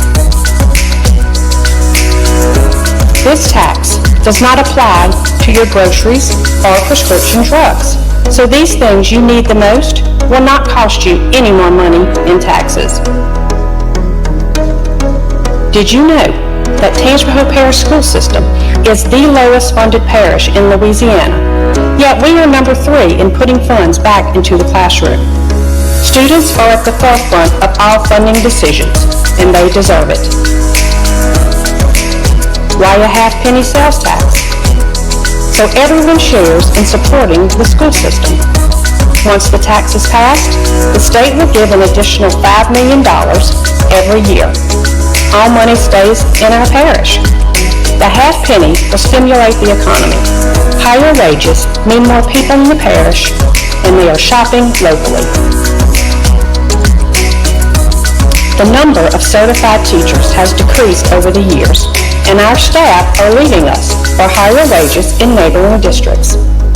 We must have competitive wages to retain the best school staff for our students. You can vote early through Saturday, April 17th, or cast your vote on Saturday, April 24th. Remember, we are stronger together. Thank you, Cindy. We appreciate that. That's a better highlight than I could provide tonight. But there are two clarifying points I want to make. One is that when the voters go in the precinct to early vote, the way that the ballot is worded, at the top of the ballot, it will say the Educational Facilities Improvement District or Educational Facilities Improvement.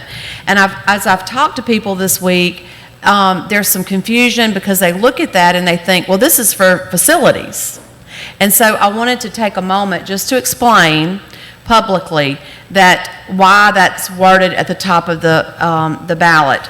And so the school system collects 2 pennies district-wide. And so we're restricted by state law. In other words, we can't ask for additional, the school system can't. This board can't ask for additional monies in sales tax.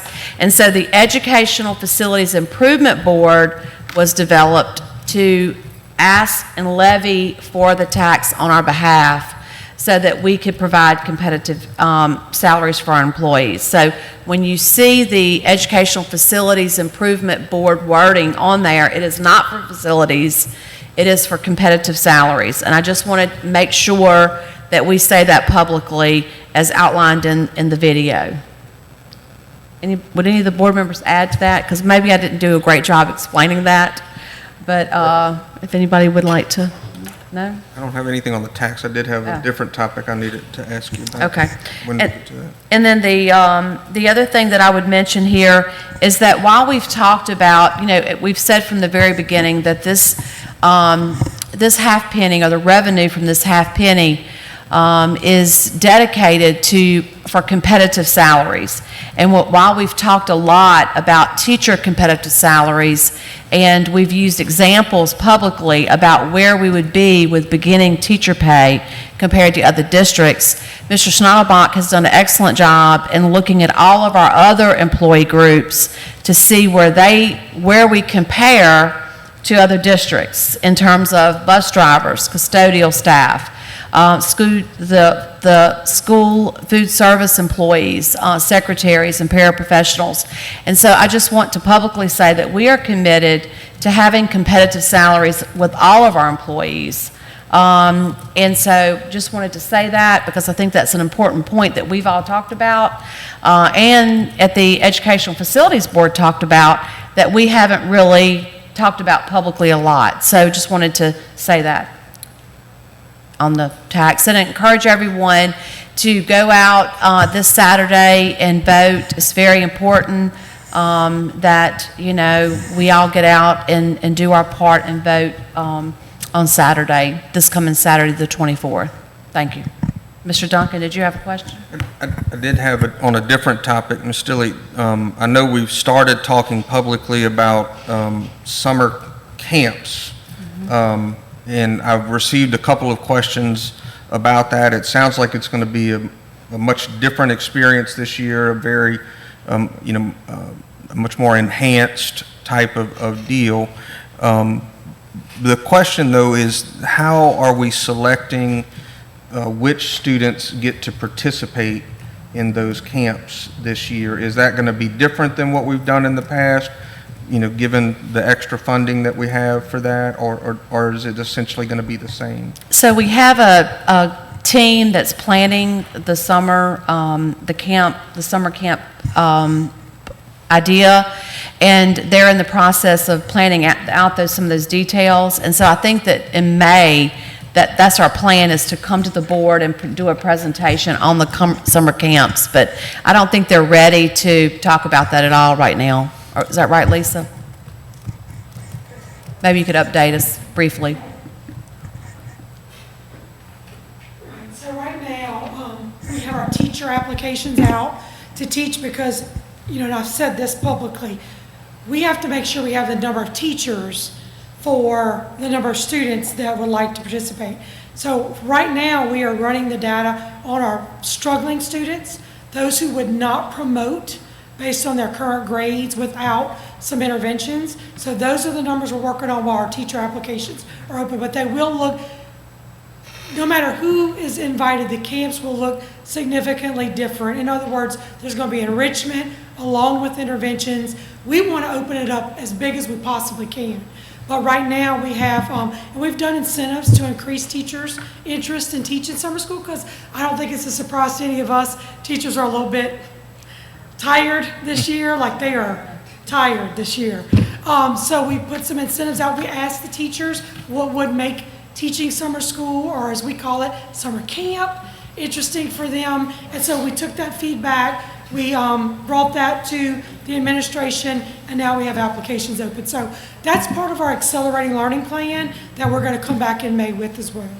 So, I know y'all are working hard on it, and I know y'all are moving as quick as you can on it. And the issue, of course, is just that we're already in that period where parents are having to figure out what they're going to do with their students or children during the summer. And so if they're not going to be in this new exciting camp that we're offering, then they've got to make other arrangements. So anyway, yeah, the sooner we can get that information out, the better. Certainly don't wait until our board meeting to get that information out, at least not for our sake. So yeah, the teacher applications close April 27th.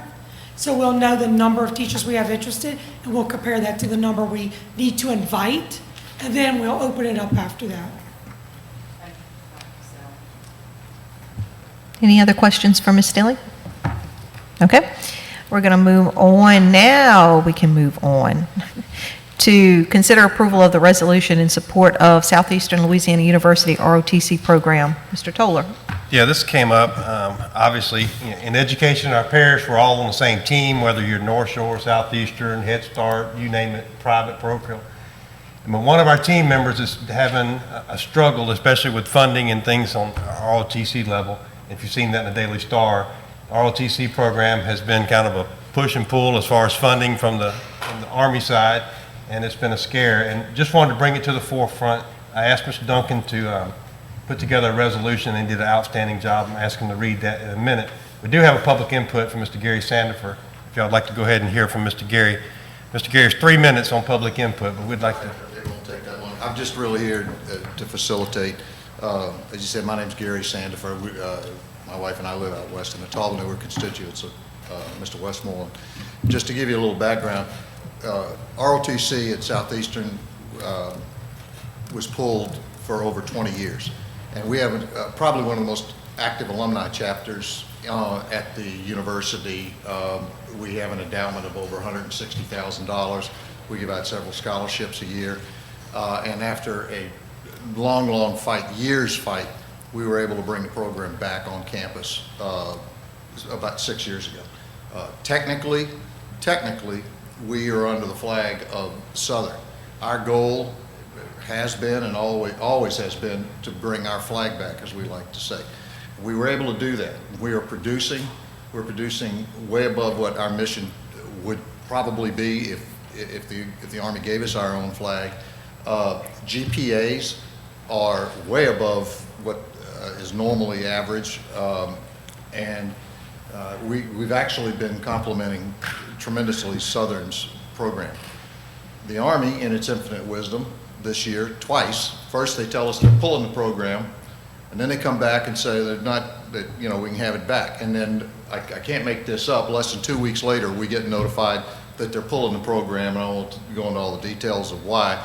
So our alumni got together. We sent a detailed letter to Major General John Evans, who's commanding general of at Fort Knox, of Cadet Command. That letter went to Senator Mizell, it went to Governor Edwards, went to the President of Southern, to Dr. Crane, and I'm probably forgetting some. And obviously, we feel like that we shook somebody's, got somebody in trouble up there, because all of a sudden now it's starting to revert a little bit back. Coincidentally, we have some members of our alum with Lieutenant Colonel Kurt Talbot, Sergeant First Class Chris Gascon. We have a 3 o'clock meeting tomorrow with Dr. Crane, President Crane, to discuss this, and hopefully we're going to be able to come up with some degree of measure to work this out with the National Guard so where that we can retain the, the program on campus. We're the 3rd largest university in the state. There's no reason why that we shouldn't have, military presence on campus. Prior to this, the Corona, we had probably between 60 and 70 cadets. We know we need to generate about 75 to 100 consistently, and probably commission 6 to 10 a year officers in order to be able to get our flag back. We feel like that's very doable if we're given the opportunity. And when Mr. Toller approached me about this, we're looking for all the support. Y'all represent the educational backbone of the parish. I know Dr. Crane will be very excited about seeing this, and I would hope that you would pass it on to Governor Edwards, because he's been personally briefed on this. We know for a fact as it goes, and also send it to General Evans. The letter, in fact, I sent it UPS overnight to make sure that he got it, but we're very, very appreciative of this, and I'll be glad to keep y'all, or through Mr. Toller or Mr. Duncan, how it goes. But we're very, very grateful for this. Thank you, Mr. If anybody has any Sandifer. questions, Thank you, Mr. Gary. Thank you. And on a side note, Joanna and I voted last week affirmative. Thank you. Mr. Duncan, would you read the resolution for us? It's a resolution of the Tangipahoa Parish School Board expressing support of Southeastern's Louisiana University's ROTC program. Whereas the Reserve Officers Training Corps, ROTC, and the Junior Reserve Officers Training Corps programs were established pursuant to the National Defense Act of 1916 to provide future officers with essential military skills and impart principles of leadership and teamwork to college and secondary school students. And whereas the ROTC Vitalization Act of 1964 directed the secretaries of each military service to establish and maintain ROTC and JORTC units for their respective services, and introduce scholarships that would attract more educated and talented youths to the programs. And whereas the tradition of military instruction on civilian college campuses dates back to 1819, when Captain Alden Partridge established the American Literacy, Scientific, and Military Academy, which offered some of the nation's first courses in civil engineering and agriculture. And whereas more than 53,000 students participate in 479 ROTC units, having a presence at nearly 1,800 colleges and universities throughout the United States and its territories. Whereas since 1920, the Army ROTC program has commissioned more than 500,000 Army officers, and the program is the Army's largest single source of commissioned officers. Whereas annually, the military services ROTC programs collectively account for nearly half of all active duty officers commissioned each year. And whereas the Southeastern Louisiana University is the primary provider of education and training for returning service members and veterans currently residing in southern Louisiana. In 2019, 523 veterans or their dependents utilized the Department of Veteran Affairs educational benefits to enroll at Southeastern Louisiana University. The university also had 160 total military students using National Guard tuition exemption, 133 veteran dependents use Louisiana Title 29 dependents educational assistance, and there were 60 ROTC cadets in 2019. Whereas 12 officers are scheduled to be commissioned from Southeastern Louisiana University's ROTC program in 2021. Whereas ROTC programs at colleges and universities provide students with the skills, training, and experience necessary to become officers in the United States military and leaders in business and industry. Whereas more than 500,000 students participated in JROTC programs in 3,400 secondary schools nationwide. Whereas the Tangipahoa Parish Schools have multiple vibrant JROTC programs and have highlighted those programs as a key component of our career pathways. Whereas JROTC participants tend to have lower dropout rates, higher graduation rates, and display higher self-esteem, especially among minority and female participants. Whereas the JROTC programs encourage their cadets to be involved in their local communities by participating in various fundraising activities to benefit their respective units, and by volunteering their time to assist food banks, remove litter in the community, and visit elderly and the sick. And whereas the JROTC teaches high school students the values of citizenship, leadership, teamwork, service to the community, self-esteem, personal responsibility, self-discipline, and a sense of accomplishment. Whereas the success of the United States military depends upon a consistent influx of well-trained and civic-minded leaders. Whereas ROTC and JORTC programs maintain a critical link between the United States military and the civilian populations. Whereas ROTC and JORTC programs' geographically diverse presence is credited with helping to preserve the citizen-soldier tradition of producing officers that reflect the communities they serve and provides the possibility of a military career to students who otherwise would not have considered it to be an option. Whereas the ROTC and JORTC programs have provided a solid foundation for generations of Americans who have experienced success in both military and civilian life. And whereas there is a need for the ROTC program at Southeastern Louisiana so that the cadets at JROTC programs at regional high schools whose graduates attend Southeastern have the option to continue a military career pathway through the ROTC program. Therefore, it is resolved that the Tangipahoa Parish School Board endorses and offers our full support for the continuation of the ROTC program at Southeastern Louisiana University. So move. Second. Who seconded it? Either way. Real quick while she's doing this, first I want to appreciate Mr. Duncan for putting that together. It took a lot of work and I appreciate that, but I want to reemphasize, you know, that ROTC classes served me well. I took them at Southeastern and I'm still enjoying a great military career because of that. But more importantly, what he said in our resolution, the transition from high school students, we have some great JROTC programs throughout our school system. And my nephew, who went through Hammond, and now he's in his last year at University of Kentucky in the Air Force, ROTC, will be a drone pilot this time next year as a result of what was started at Hammond High. So hats off to that, and I just want to make sure that we continue that process and support it to our fullest ability. All right.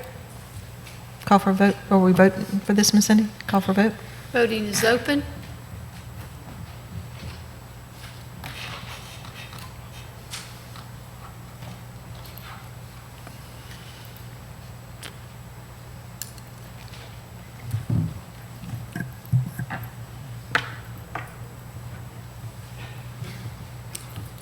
Voting is closed. Motion passes unanimously.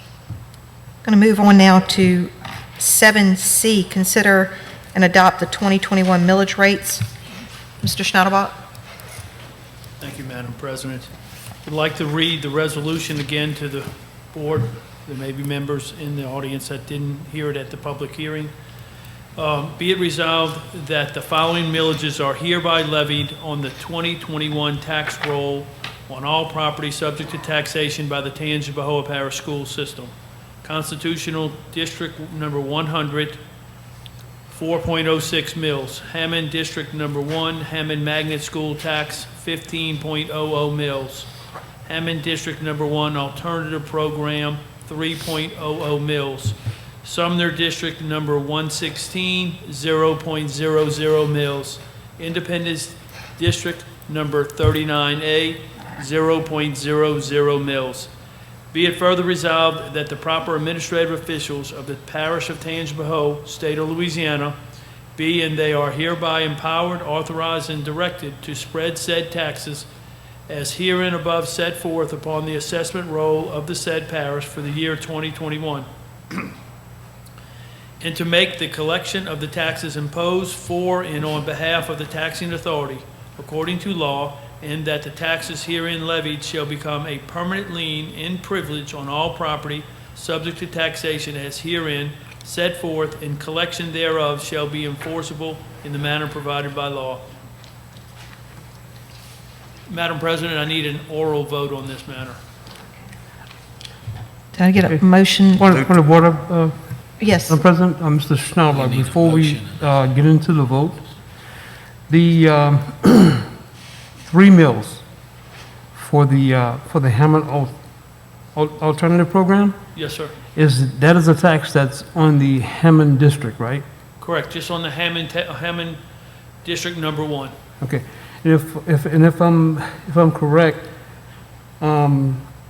this millage pays for teachers who operate in a transitional capacity, students before they're sent to the alternative school and students who go back to kind of keep track of them.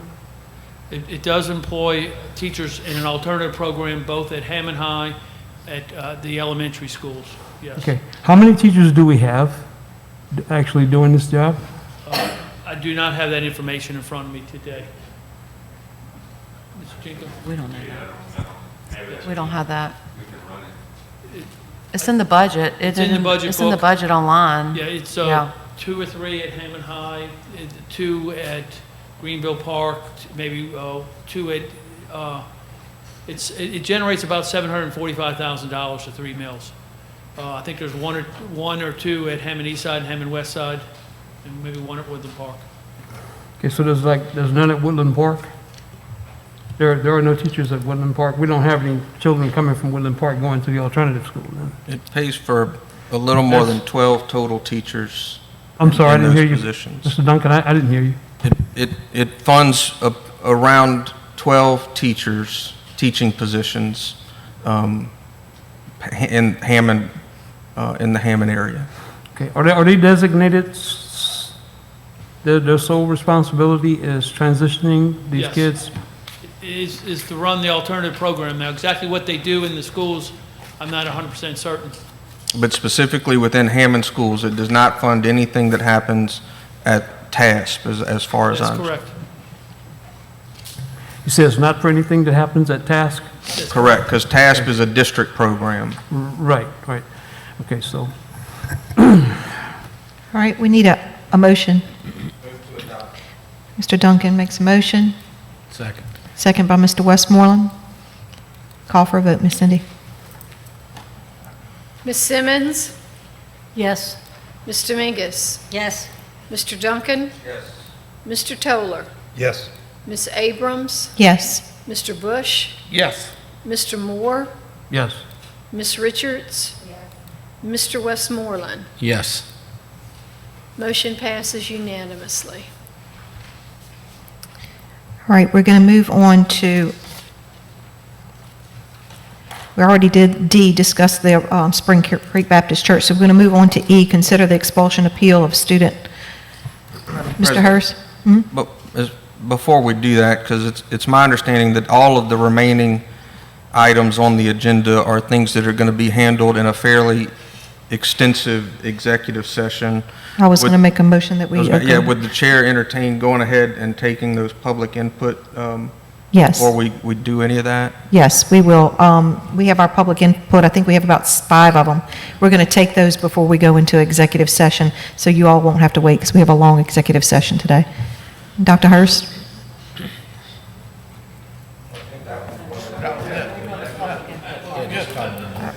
Oh, I'm sorry. Public input, Dr. Hurston. Well, I didn't know what he was going to say about if it was going into executive. I thought he had to say we were going into executive session on that. Okay. All right, we're going to go ahead. Bobby Jin Jr. You have 5 minutes, Mr. Jin. Thank you. Good evening to the board, to our administrative staff, Ms. Steele, Mr. Jinko, Mr. Hurst, and certainly Mr. Snalabach. Just certainly wanted to come today to basically voice there were some concerns with the half-penny tax that had been proposition that had been put on the table for the citizens of our parish. With that being the case, there was some discrepancies within the salary schedules that were brought forth, that was presented, and support workers just felt that they were really not considered in that particular raises that they would be receiving from the 7% increase. This was something that was being talked about, but it wasn't really being asked. So I made an effort to reach out to my board representative. She then put me in contact with Ms. Steele. We were able to come to a resolve in understanding that the board in particular realized that there was a significant difference and that it needed to be changed at some point, and that idea had already been discussed amongst the board as well as those who are on the other board, the Facilities Improvement Board, that was something that needed to be done. And in the process of doing so, it certainly gave some reassurance personally to me and to others within the parish. It's something that's being communicated to other support workers because in previous situations, say for instance back in November, Ms. Steele certainly made clear that everyone in our parish was important and that everyone needed to receive a significant raise, and that this was important to the district. It was important to our administrative staff. With that being the case, she also promised us that they would be looked at again, and that a certain percentile, it maybe even come to a point to where support workers, we may need a different increase in the percentage only and simply only because when you look at the salary comparisons, we're significantly lower than others. And so for us to be competitive with the other parishes, because we want to retain great bus drivers, we want to retain great custodians, great paras, great food service workers in our parish, just as well as teachers, principals, and administrative staff. And so that is something that is certainly being looked at. We want to say thank you for publicly saying that tonight. We want to say thank you to that board, the Facility Improvement Board, for considering that.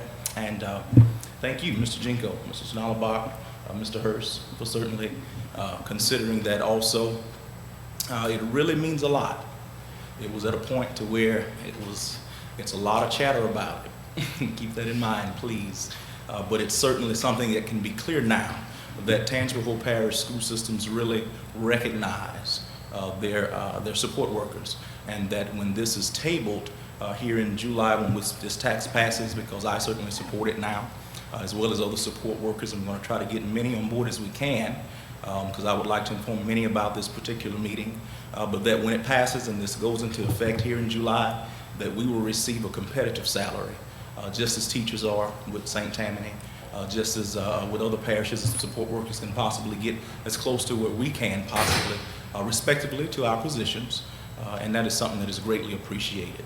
And we certainly want to say thank you once again, so thank you. Thank you. Ms. Simone Ingram.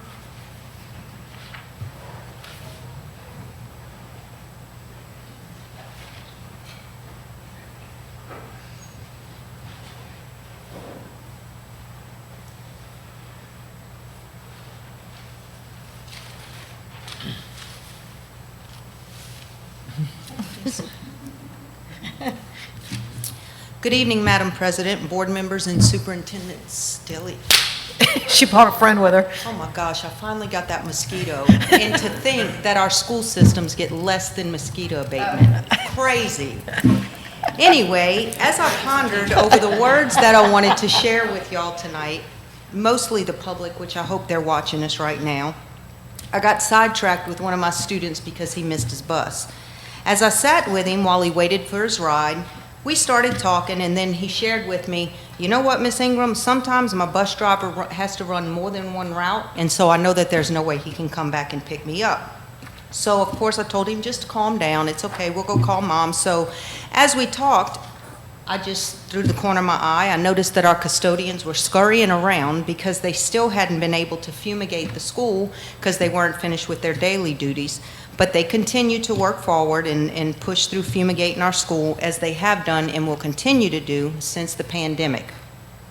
Of course, this takes place after they complete their regular duties. I began to grade some papers, and the young man said, "Hey, Miss Ingram, you want some help?" I wasn't going to let him grade the papers. Gosh, I wish I could have, but I couldn't. And so I did give him some other tasks around the classroom that he could work on to keep himself busy while we waited. However, what he didn't realize is that it was pushing 4:15, and I still had other tasks to complete prior to tomorrow's school day beginning. It kind of got quiet, and then I heard the ding, ding, ding of his phone, and of course my first reaction was, "What are you doing with your phone out in school?" But I realized, hey, it's 4:15. And so anyway, what ended up happening is his mom texted him, and by that time it was right at around 4:30. And we were still in my classroom, so I walked him out through the carpool line, and I got him in the car with his mom, and, you know, waved bye, told him I would see him in the morning. Just another day in the life of a teacher. So as I walked him outside, I made sure he was safe, and he left. And then as I was returning to the building, I took notice of all the cars that was still in the parking lot. All of these cars were people that was still working. And all I could think is, gosh, I bet you that the bystanders that drive by think, whoo, school employees, they must get a heck of an overtime check because they work around the clock. However, unfortunately, there is no overtime for us to have. And considering the amount of extra hours that we put in, it would be nice. However, the money's just not there. But now we as a parish can extend our support and our thanks to our school system employees by voting yes on April 24th for the half-cent sales tax. I sincerely appreciate each one of you for allowing this to be on our ballot, and I'm sure I speak for more than just myself. Whenever this comes up, I just sit and I pray that our parish will see the worth of our parish, and that they'll see the worth of educating our youth, and that they will extend a yes vote. Nevertheless, regardless of what Saturday brings, which I'm hoping for a yes, but nevertheless, we as Tangipahoa Parish School Systems will continue to show up.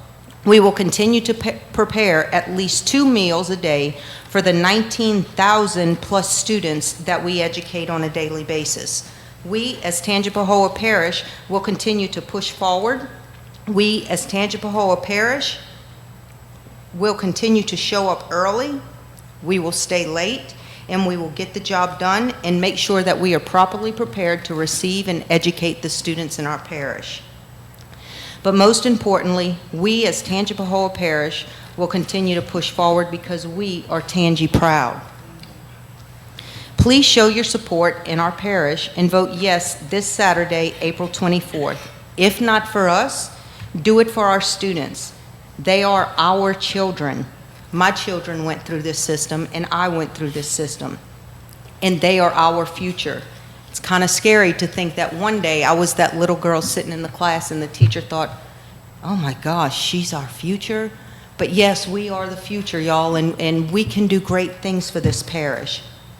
I would like to thank y'all again, and I would like to ask everyone to please vote yes, because by far our students are worth more than mosquito abatement. Thank you, and have a good night. You know, Miss Ingram, I'm supposed to talk to you, so I'm not really talking to you, but when my family votes yes Saturday, and one of them will be one of your former students, and you were one of the best teachers that I've ever seen, and thank you for doing what you're doing. And I'm voting yes because of you and people like you. Miss Brittany Smith.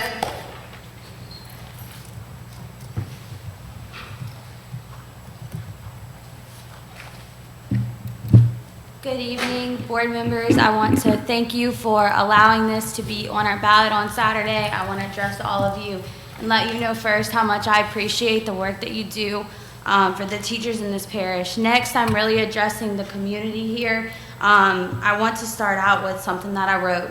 In the famous words of Maya Angelou, when you know better, you do better. And I truly believe that knowing better starts with education. It starts with educating ourselves on the why behind what we do. It starts with educating others on the things that we believe in. And it starts with educating our children who are the future of this community. Tonight, I came to speak on my why. I currently teach 40 third graders who are trying to find their personalities and their voices in this world. I know one day they will grow up to be the future of this community. They will grow into adults who will all help in one way or another to keep our community safe, clean, healthy, and educated. They will all grow up to be given the opportunity to vote. Teachers do their best to guide their students, love them, and educate them. A big part of that role is personal sacrifice. This includes time, finances, and resources. I say this not looking for pity, but to give you perspective on the role as an educator. Our days do not stop at 3, and our classroom resources do come out of our own pockets. Whether it is buying disinfectants to keep our children safe, buying incentives to keep them motivated, or buying resources to keep them educated and support learning gaps, it is mostly done with personal funds. We try our best to give our kids every chance at success by buying materials to help provide equity for all of our students. However, there are times when providing those materials are not always budget friendly. I have worked more than one job to not only provide for myself, but for my students. And according to the National Education Association, overall 20% of teachers hold second jobs during the school, accounting for roughly 9% of their annual income. And according to the Bureau of Labor Statistics, teachers are 3 times as likely as U.S. workers to take on this burden.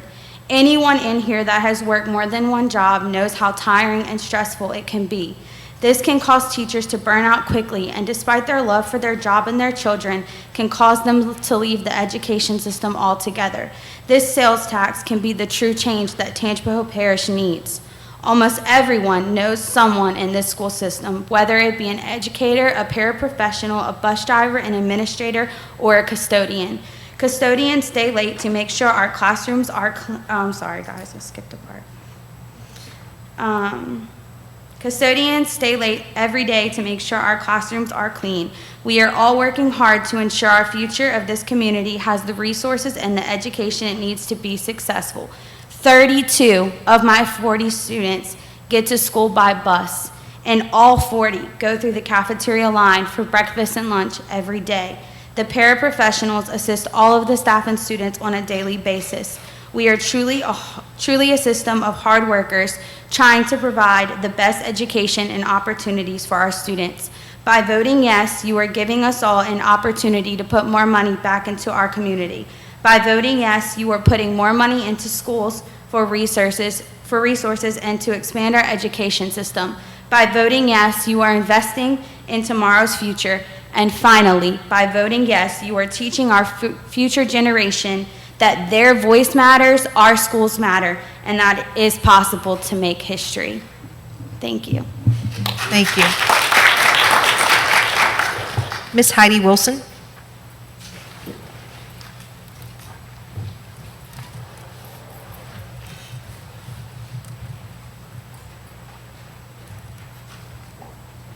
Hello. Thank you for having me. My name is Ms. Heidi Wilson Ledford. I'm a kindergarten teacher at Parent Early Learning Center in Ponchatoula. I'm accustomed to talking to 5- and 6-year-olds all day, so this is a little different for me, but I'm going to do my best here. But I have been in public education for 7 years now, 4 years here in this parish, and I am very passionate about what I do. Most teachers are very passionate about what they do. I can attest to that because I've known so many teachers within this district. And teachers are some of the most hardworking people that I know. It takes a lot of patience and heart to do this work and to manage the various educational, emotional, and physical needs of multiple students every moment of every day. But unfortunately, that fact is not always realized, and a teacher's impact is not always appreciated. It is particularly hard to come to terms with the fact that in neighboring parishes and many other parishes in this state, teachers make a significant amount more money than they do for doing the same job here. A lot of teachers in the past and even now find it difficult to justify staying in Tangipahoa Parish when they can literally go down the road to receive a pay raise. And this is a problem. So, the students of Tangipahoa Parish deserve certified and highly qualified teachers who are passionate about their job. In order to ensure this, we have to incentivize good teachers to come here and to stay here. And we have to pay them fairly. We have to invest in our teachers. But this raise is not just for teachers. It is for all school system employees who every day play such a pivotal role in each student's life. The bus drivers who safely get students to and from school each day in all kinds of weather. The custodial staff who work tirelessly to keep our schools clean and to follow all the protocol placed on them during a global pandemic. The paraprofessionals who assist in every aspect of education, who often take on more roles than almost any other employee in the school. And the office staff who are always available there to take calls, answer questions, and make sure everything is done. For the food service workers, the nurses, the counselors, and the maintenance workers who all work in the background to keep our schools running, because it truly takes a village to run a school. And as a community, we have to ask ourselves, do we want to invest in the people who daily invest in our children? The answer to that question should be a resounding yes. As a teacher, I see the need for this tax proposal, and as a mother of 2 children who will be going through this school system, I am definitely voting for yes for this. By investing in Tangipahoa schools, we invest in our future. We can use our vote to make Tangipahoa a better place now and for future generations. Your vote can make Tangipahoa Parish a better place to live and a better place to learn. In conclusion, I have a quote from Nelson Mandela that says, "Education is the most powerful weapon which you can use to change the world." I am asking that you please help give the students of Tangipahoa Parish an investment in their education. Thank you for having me. Thank you. And last but not least, Ms. Dina.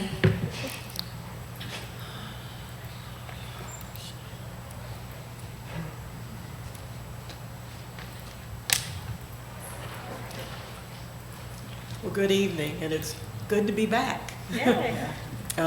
Madam President, Superintendent Stilley, board members. For those of you that don't know me, my name is Dina Esquinance, and I'm the president of the Tangipahoa Federation of Teachers and School Employees. Thank you for allowing me to speak tonight.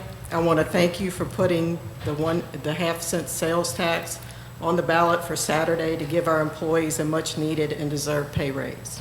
They go above and beyond to make sure that students of Tangipahoa Parish get an education, this year especially. If people had no idea before COVID just what our employees do daily, I'm sure that they have a better understanding and appreciation of it now. Paraprofessionals have had to wear multiple hats this year and go wherever needed. Many days they have been required to perform tasks outside of their job description, whether it be substituting in a classroom, delivering lunches, or helping out with virtual students. Cafeteria workers, when the lockdown started, were working to get grab-and-go meals ready for our students. They have worked countless hours to get meals ready to go so that our students would be fed. Custodians, in addition to their regular duties, have had to sanitize and sanitize just to come back and do it all over again the next day. They have worked the next day, along with the extra disinfecting and cleaning with students now eating in classrooms. Bus drivers have driven double routes since the beginning of the pandemic due to limited capacity and bus driver shortage. They also have to sanitize between each route. And last but not least, teachers who have come to work early and leave late every day to keep students safe and socially distant, adding unpaid time to their day. They have given up their lunch break because students have to eat in their classroom in order to be socially distant. Many teachers have had double duty of not only teaching the students in their classroom, but also teaching virtual students at the same time. Hopefully, the voters will see that our employees are worthy of this raise. It is imperative that this tax passes in order to not only attract the best, but to retain the best teachers and employees for our students of this parish. We have good people here. They give their best to our students daily. They deserve a living wage. Prices are going up, but salaries do not.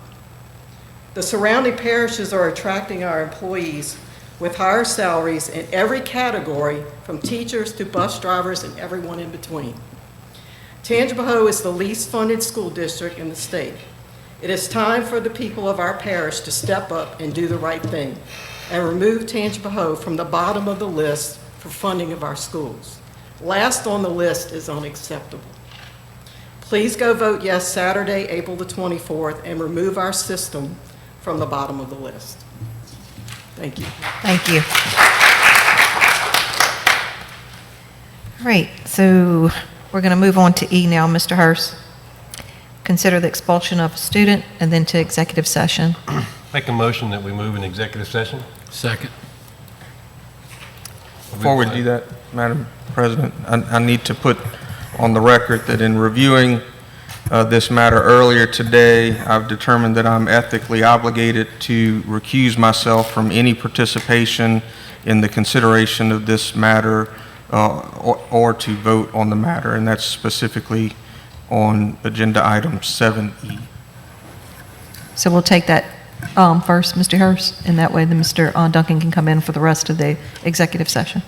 Yep. You want me to open up voting? Open up and vote. Voting is open.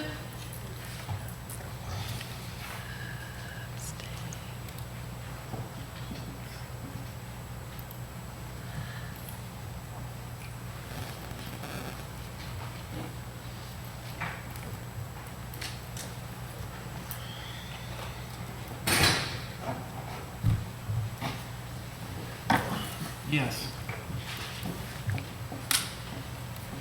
Voting is closed. Motion passes with Mr. Duncan and Mr. Moore abstaining. Channel 17, proudly serving the Florida parishes. After deliberation on the expulsion of a student, the board has decided to uphold the expulsion.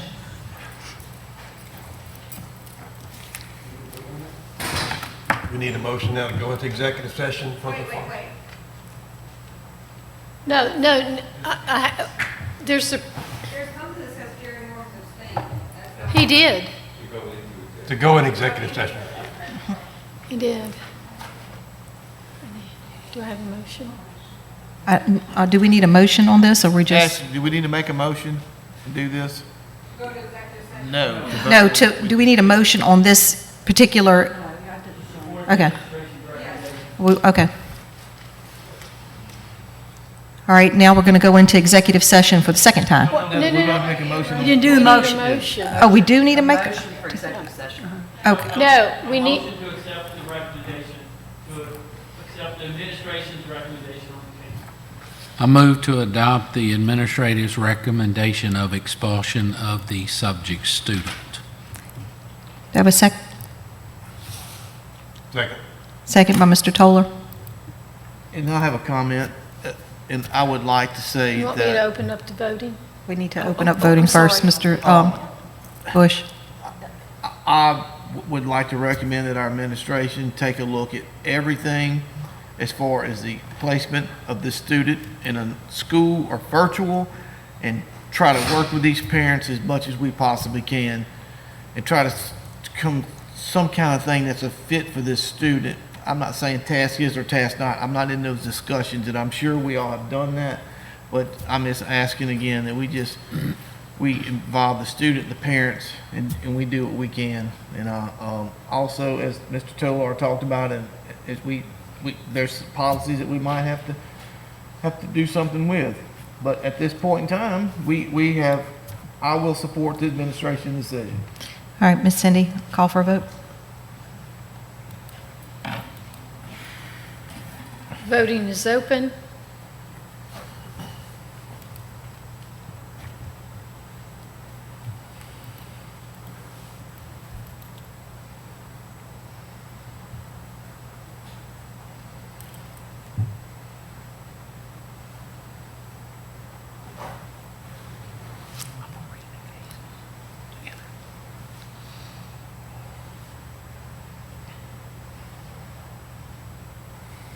He's having a law back in. You just want to tell her?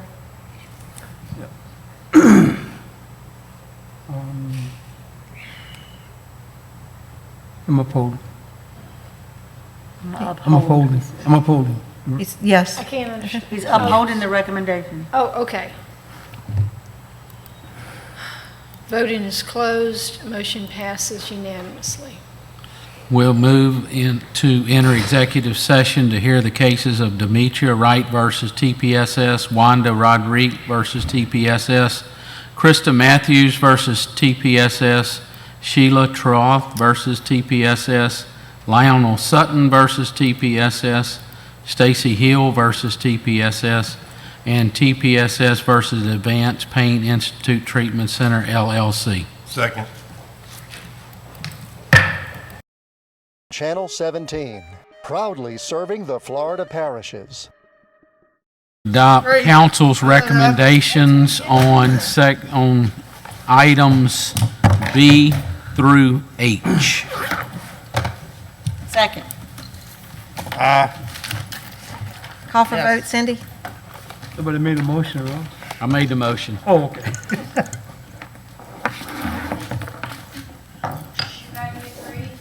Yes.